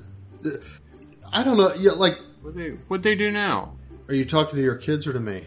No, you. Okay. What are they doing now? So this is a micro thing, because it's not what they're doing now. It's just the way things work, and it's just so idiotically bureaucratic that it reminds me of those dystopian movies like Metropolis and stuff like that. Yeah. Okay, so Danny my son was in a crash back in June. Car was totaled. He was found completely not at fault at all. He had his proof of insurance with him. And, but the way Indiana works is that if you were involved in any kind of vehicle incident at all, you have to, regardless of whether you have your proof of insurance with you, you have to get your insurance company to submit a specific certification of coverage for the specific date in question for the car in question. And if you don't do that, then your license is suspended. So, now here's the thing. So now, first question is, okay, if you got to do that anyway, every single time, no matter what, no matter who's at fault, then why are you required to carry around proof of insurance in your car? That shouldn't even be a thing. All right, that's one thing. But I called the insurance company, said, oh, hey, he needs this to be submitted, blah, blah, blah. I gave him the dates and everything. And they said, okay, yep, we got it. Boom, they did it. And then forgot about it. Then today, he receives a letter from the Bureau of Motor Vehicles saying that because he hasn't submitted the proof of insurance, his license is suspended. Now, wonderful. Here's the thing. If you actually have proof of insurance, let's say like when I was in Michigan, if you failed to have your proof of insurance card with you, you didn't get your license suspended. You got like a $125 fine for not carrying it in your car or something like that, whatever it is. But here, his license is suspended. And here's the thing. It's not suspended for not having insurance. It's suspended for failing to properly submit the proof of insurance in their electronic form within their timeline that they say. Okay. Now, I called the insurance company. I found out that the insurance company actually did submit it, but the insurance company put the wrong date for the certification date for coverage. And that's why it didn't go through for Indiana. But now, until this stuff is all resolved, my son, or whoever might be in this situation, is suddenly, without having any clue that it's coming, driving, they're like driving with a suspended license, which means either you don't drive, so you can't go to school, can't go to work, whatever, or you risk being arrested because you're driving with a suspended license. It's just the stupidest bureaucratic BS that happens in states where it's like you've got this major life hardship penalty for a mere paperwork infraction that has nothing to do with what you actually did. I just wanted to rant about that. That's my first nonsense thing. Oh, by the way, this bad is insurance. What's that? You know, I don't even carry insurance proof. Oh, your proof? I never have. Well, I mean, when I get my policy, I print out the card for 1 month, but I never have the next month or the next month. And my card says whatever tickets I get or whatever, I just on the ticket it says send proof of insurance to here, and I just do that. Oh, and you copy it. Yeah, see, Indiana could do that, and that would be easy. But the thing is, this wasn't a ticket. He was found not at fault. But you still have to prove proof of insurance. Yeah. So, well, you would in Ohio too. Yeah. So I just never bothered carrying it with me because I know I'm going to have to send it in later anyway. I bet that's probably true. There's probably no point in carrying it with you because you always got to send it in. But the thing is, if you don't have it with you, in addition to having send it in, are you going to get a $120 fine? A ticket? Usually not, but I think if a cop wanted to be a jerk, he could. Oh, okay. Probably. Maybe that's state by state too. I think it's I think it depends on the cop, as it often does. By the way, I'm surprised you didn't bring this up, and I don't have it in my notes, so and a specific link to it. But I did learn that there is a bishop in Canada. You know, those Canucks are all nuts anyway, but there's a bishop in Canada who is specifically refusing the sacraments to any Catholics who aren't vaccinated. This is problematic for Catholics especially because we pointed out earlier how the whole vaccine thing is a religious more than medical kind of thing. And for bishops to do this, it's like they're replacing their Catholic faith with a secular religion. Whatever that religion is, disgusting. I don't know. But it's very... this is Douglas Crosby. Yeah, very disturbing that there are bishops doing this. It's disgusting. How do these people think? Look, I don't get this. Your whole life, your whole job is serving God. Now, when you've decided to take this path, don't you start thinking, well, okay, I'm going to get a different job now? No, you know what I mean? What? Let's even put it a little bit more pragmatically. Your whole job is shepherding souls into heaven. Yeah. Like you have almost nothing to do with the body. Yeah. It's okay. So now I'm going to make my concern the body to the detriment of the soul.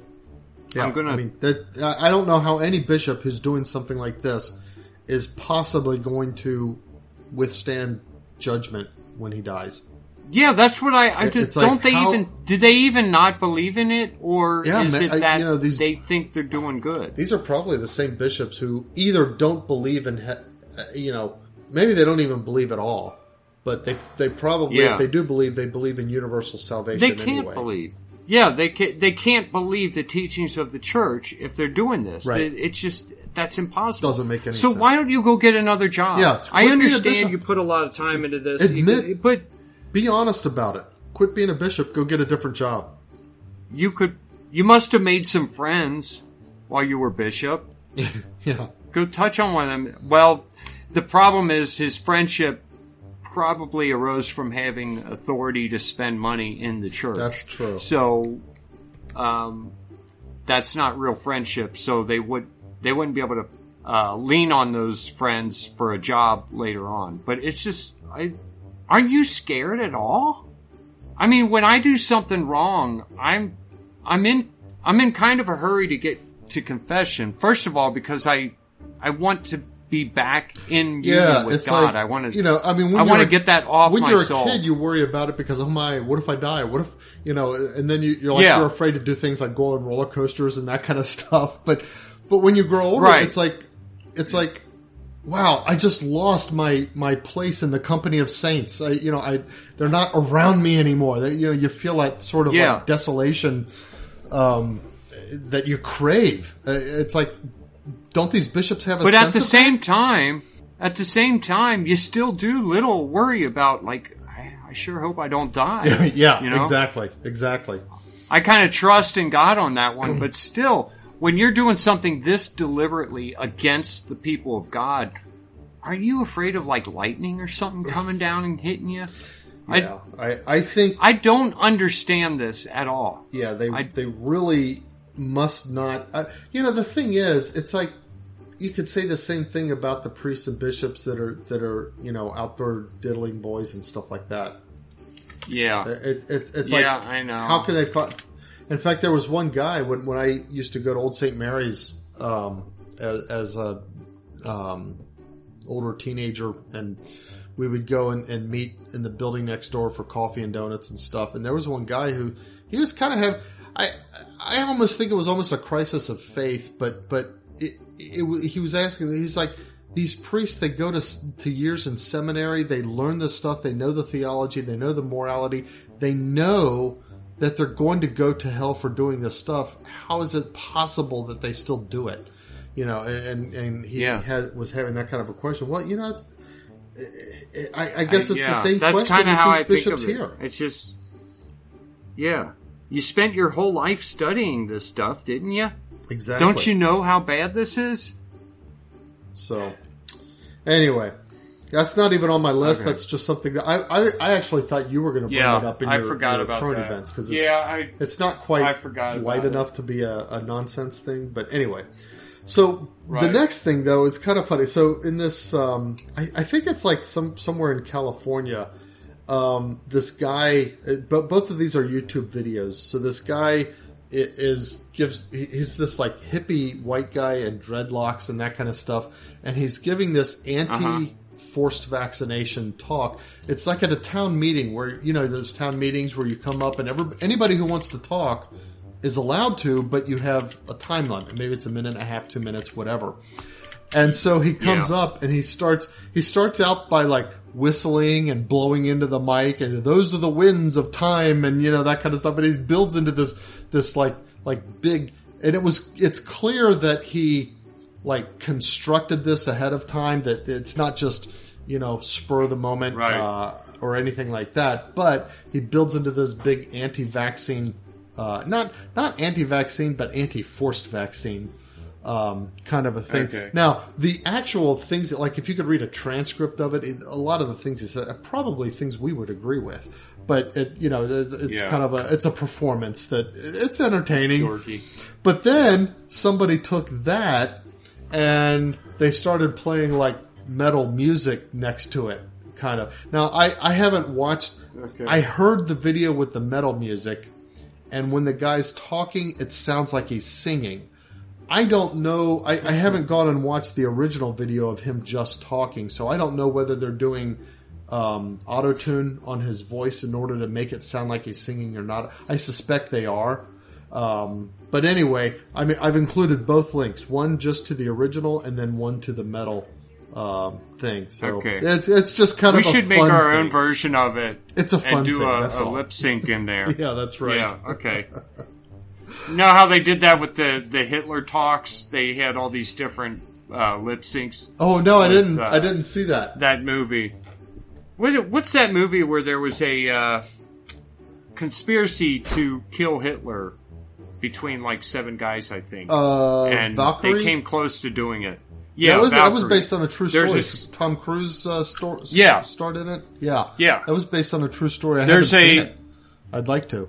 There's a scene in there where I don't think they even lip sync. They just changed the captions of what Hitler's saying to be about different things, to be about the newest American car and things like that. And it's hilarious. There's like 10 of them that'll have you busting your gut laughing. Okay, I gotta check those out. We should do that with this video. We should add our own lip sync. That's right. Start another viral chain of, yeah. Anyway, I got to go watch the. I watched the. My son brought it to me. Actually, I watched the metal one, but I got to go watch the original, see what he's actually saying. Yeah, but he's definitely against forced vaccinations, which we are too. So, all right. Yeah. Okay. So next, apparently there was a famous house called Skinny House. I don't know, in Boston. The house itself is only like 10 feet wide. It's kind of like, you know, those houses where you have like they're right up against each other kind of a thing. Like, you know. Like shotgun houses? Or townhouses or something like that, except, you know, like downtown and stuff. So this house, it's like situated between two of these buildings. It's only 10 feet wide. The whole house. I mean, you think a bedroom is typically, you know, like 12 by 11 feet or something. Yeah, I know, but my house is real skinny. Your house is skinny, I got a skinny house, but not 10 feet skinny. I bet your house. No, not 10 feet skinny. Anyway, so this skinny house sold for like $1.25 million. Wow. Yeah, that's a lot of money for 10 feet. That's $125,000 per foot of width of the house. Wow. I wonder how far back it goes.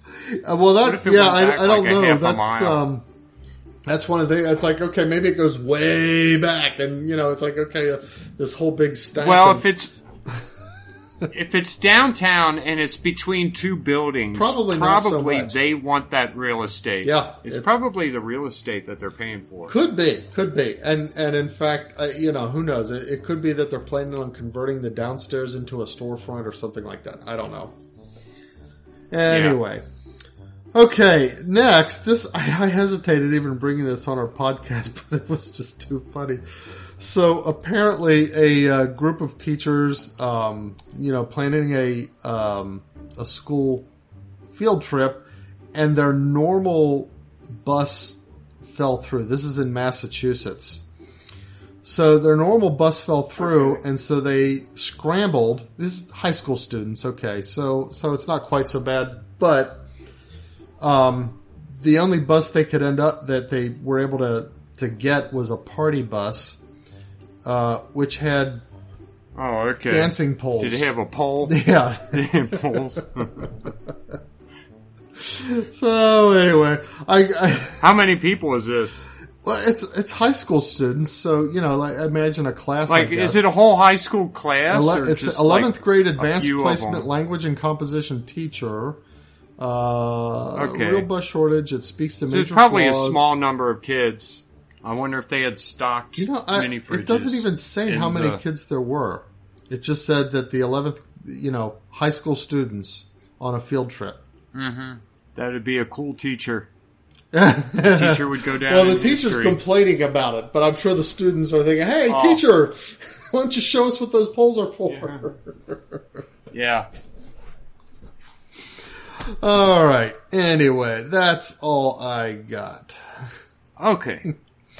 Well, I do have a saint here, but I didn't really prepare well. Oh, that's okay. We at least give a mention. We got to keep doing that. That's a good thing we've been doing. Yeah. We have Abraham of Kaduna. It's Kiduna. Also known as Abraham the Great. Abraham of Kadunja. This is spelled Kidunaja. Okay. There's Kaduna. So there's this. He died in the Mesopotamia in ancient Greece in a town of Beth Kaduna. So he's known as Abraham of Kaduna. Okay. He was scheduled to be married by his parents, and I guess there's like a 7-day celebration preceding the actual ceremony. Can you imagine a 7-day party for getting married? Yeah, some of those Eastern countries, like in India, it's a long process. Wow, and an I have a expensive hard one time too, because with like reception. You invite your friends, and then they'll invite their friends, and they'll invite their friends, and then you know It's like you don't That's really why have they say you got to control over have the so guest much list. money to get married. What's that? That's why they always say you need a bunch of money to get married. It's because of these stupid parties. Yeah. Well, it's that way in America too. You got to have like $10,000 just for the wedding, and it's like that's insane. Just elope. Anyway, during that 7-day celebration, he disappeared, and his friends and families went around looking for him everywhere. They found him close to a town called Edessa, in a cave, and he was deep in prayer. And they said, "Come on back to the wedding. It's time to get married. Time to do all your marriage stuff." And he refused. He said he wanted to devote his life to God and to live as a desert hermit. They tried to change his mind. They stayed at the cave with him for 17 days. But he wouldn't go. Mm-hmm. So after 17 days, they finally left him. So he stays at this cave to live as a desert hermit. But as a lot of times happens with these desert hermits, they get a reputation, and people from close by towns travel for miles, not even close by towns. People travel for miles to go see him, ask his advice, ask for his prayers, He ends up maybe not being even to able learn be how to the be like desert him. hermit that he wanted to Yeah. be. Yep. He can't be alone. So he builds this giant wall in the cave to enclose himself further. And there's this tiny little passage where he can slide food back and forth. Oh, okay. And that's it. I don't get this at all. I mean, if you're taking food in, you got to be putting something out. What happens to that? Well, he has to slide out in order to, do his waste and stuff, Yeah. I'm sure. Hey, will somebody empty this for me? Can you imagine? I will give you advice. I will pray for you after you empty this. Maybe it was like a wet cave, so there's a river running through it, and he could... Could be, yeah. Okay. Well, anyway, people still came for miles around, and they would give him food that he needs, stuff like that. Now, the bishop in that town of Edessa, visited him and asked him to visit the city of Kaduna. Okay. Because he had sent other missionaries, I guess the bishop had sent other missionaries to that town to try to convert the people, but they were all idol worshippers. And so he would send in a missionary, and the missionary would either be cast out or murdered. So Abraham of Kaduna says, "Yeah, I'll go back to Kaduna." His parents had left him a bunch of money, and he used that to build a church in the city. After the church is built, Abraham walks through the city, smashing all the idols that he can find. Uh-huh. And he's just destroying everybody's idols, and he, gets people to follow him back to the church and starts preaching to them, and gets a lot of people to accept Jesus Christ, and shows them the emptiness of these false gods they've been worshiping. But the crowd beats him up, drives him out of the city. The next morning, they find him out preaching again. All his wounds are miraculously healed. There you go. Again. Again. Yeah, it's just That's over and such over a again. common, I don't know, can I accuse God of a trope? Yeah, it's like God wanted to get the most out of each saint, so he would Heal their them wounds. again and again and again, and let him be tortured again and again and again. They drag him to the edge of town and they stone him to death, and they leave him there. But he shows up again the next morning without a scratch. Oh, wow. These kinds of things kept happening. He spent 3 years in the town preaching to them and endured all kinds of abuse and insult and everything else. He's living a holy life, and he's walking the walk and talking the talk, and eventually some people are getting to be convinced. Mm-hmm. And so he finally feels like he's converted enough people. There's a church there for people to run. He goes back to the desert, back to his cave, and he lives there for a little while. Years later, his brother dies, And his brother had a daughter named Mary, a niece. She goes out to be brought up by him. And he has another cell built in the cave for her. So it's him and Mary, and he's kind of, raising her up in the church as I don't know if he had planned on her just being a Christian and then going back to the city, or if he wanted her to become a hermit. I don't know. But, she's a young, pretty woman, and she's seduced by a man, and she runs away with him. Oh, okay. The guy leaves her, and she ends up back in the town, and she's afraid to go back to her uncle because she's a prostitute now to, take care of herself. Yeah. Abraham finds out about it, finds out where she was, and he goes there pretending to be a customer. He goes into an inn and sits and eats and drinks with her. Finally, he tells her who he is. She begs his forgiveness, and they return to the cave. But there, they lived out their lives. Abraham lived there the rest of his life. 5 years after he dies, Mary dies, and that's who Abraham of Kaduna is. Okay. So his final death, he was martyred once. He was martyred several times. But left for dead several times? Yeah. But his final death was not a violent one, it sounds like. Right. Okay. He was. Well, after dying several times violently, he deserves a non-violent death, I would say. Yeah. Oh, wow. Taking care of his niece. So, does he have any patronages? You know what? See, I should look up this crap before I start talking. Well, we're going to talk about it. I know, but I didn't know who I was going to talk about because I couldn't. Where is... Wikipedia's a good place to find these because they list the patronages. I don't see anything. I don't think he's the patron of anything. Okay. Well, he's a good example anyway. Celebrated in the Eastern churches a lot. Yeah. But he's not... Well, I mean, the thing is, he wanted to be a desert hermit, but his bishop said, you've got to go build a church here. You've got to go be a priest in this town.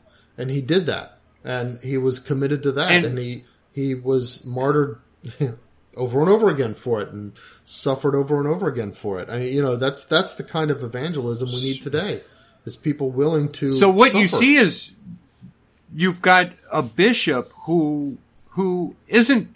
He's given kind of a hard task here. He's got to tell this guy who's out serving God in his own way, hey, I need you to serve God this way. Why? Because I need to try to evangelize and get more souls into heaven this way. Yeah. And I'm going to have to use you, which I imagine he didn't want to do. He knew that Abraham wouldn't want to do it. Right. But he sends him there. And of course, he's also sending him possibly to his own death. He was sending him to his own death because he got killed a couple times. This is one where but the bishop and Saint Abraham, you've got to praise here. Yeah, they both had something hard to do, and they did it, and they did it for the glory of God to bring more souls to God, which is what happened, which is what ended up happening. Now we've got bishops in Canada who are finding reasons to exclude people and to fire the priests that they do have. Petty reasons to exclude people. Yeah, it's so backwards. It's so sad that there could exist a guy named Bishop Douglas Crosby who would do things like this. It's so much against the spirit of the Catholic Church. You just left kind of speechless here that this could exist. We need all the saints of the first 4 centuries to pray for us today. Yeah. And we need to look to them for examples too. And we've got like 12 of them now listed on our website. Yeah. That you can look at who did these amazing things. And sometimes it was about converting whole cities. Sometimes it was just his niece who he cared about and didn't want to see go to hell. So he brings her back home and gets her to live as a Christian. It's sad that these people just don't exist anymore. Nope. All right. That is Abraham of Kaduna. Okay. Saint Abraham, pray for us. That's all we got, I think. Yeah. Well, I guess, folks, think about what we said, and we'll see you next week. But as always, circle the beads. Bye, everyone. Keep praying a rosary. Bye.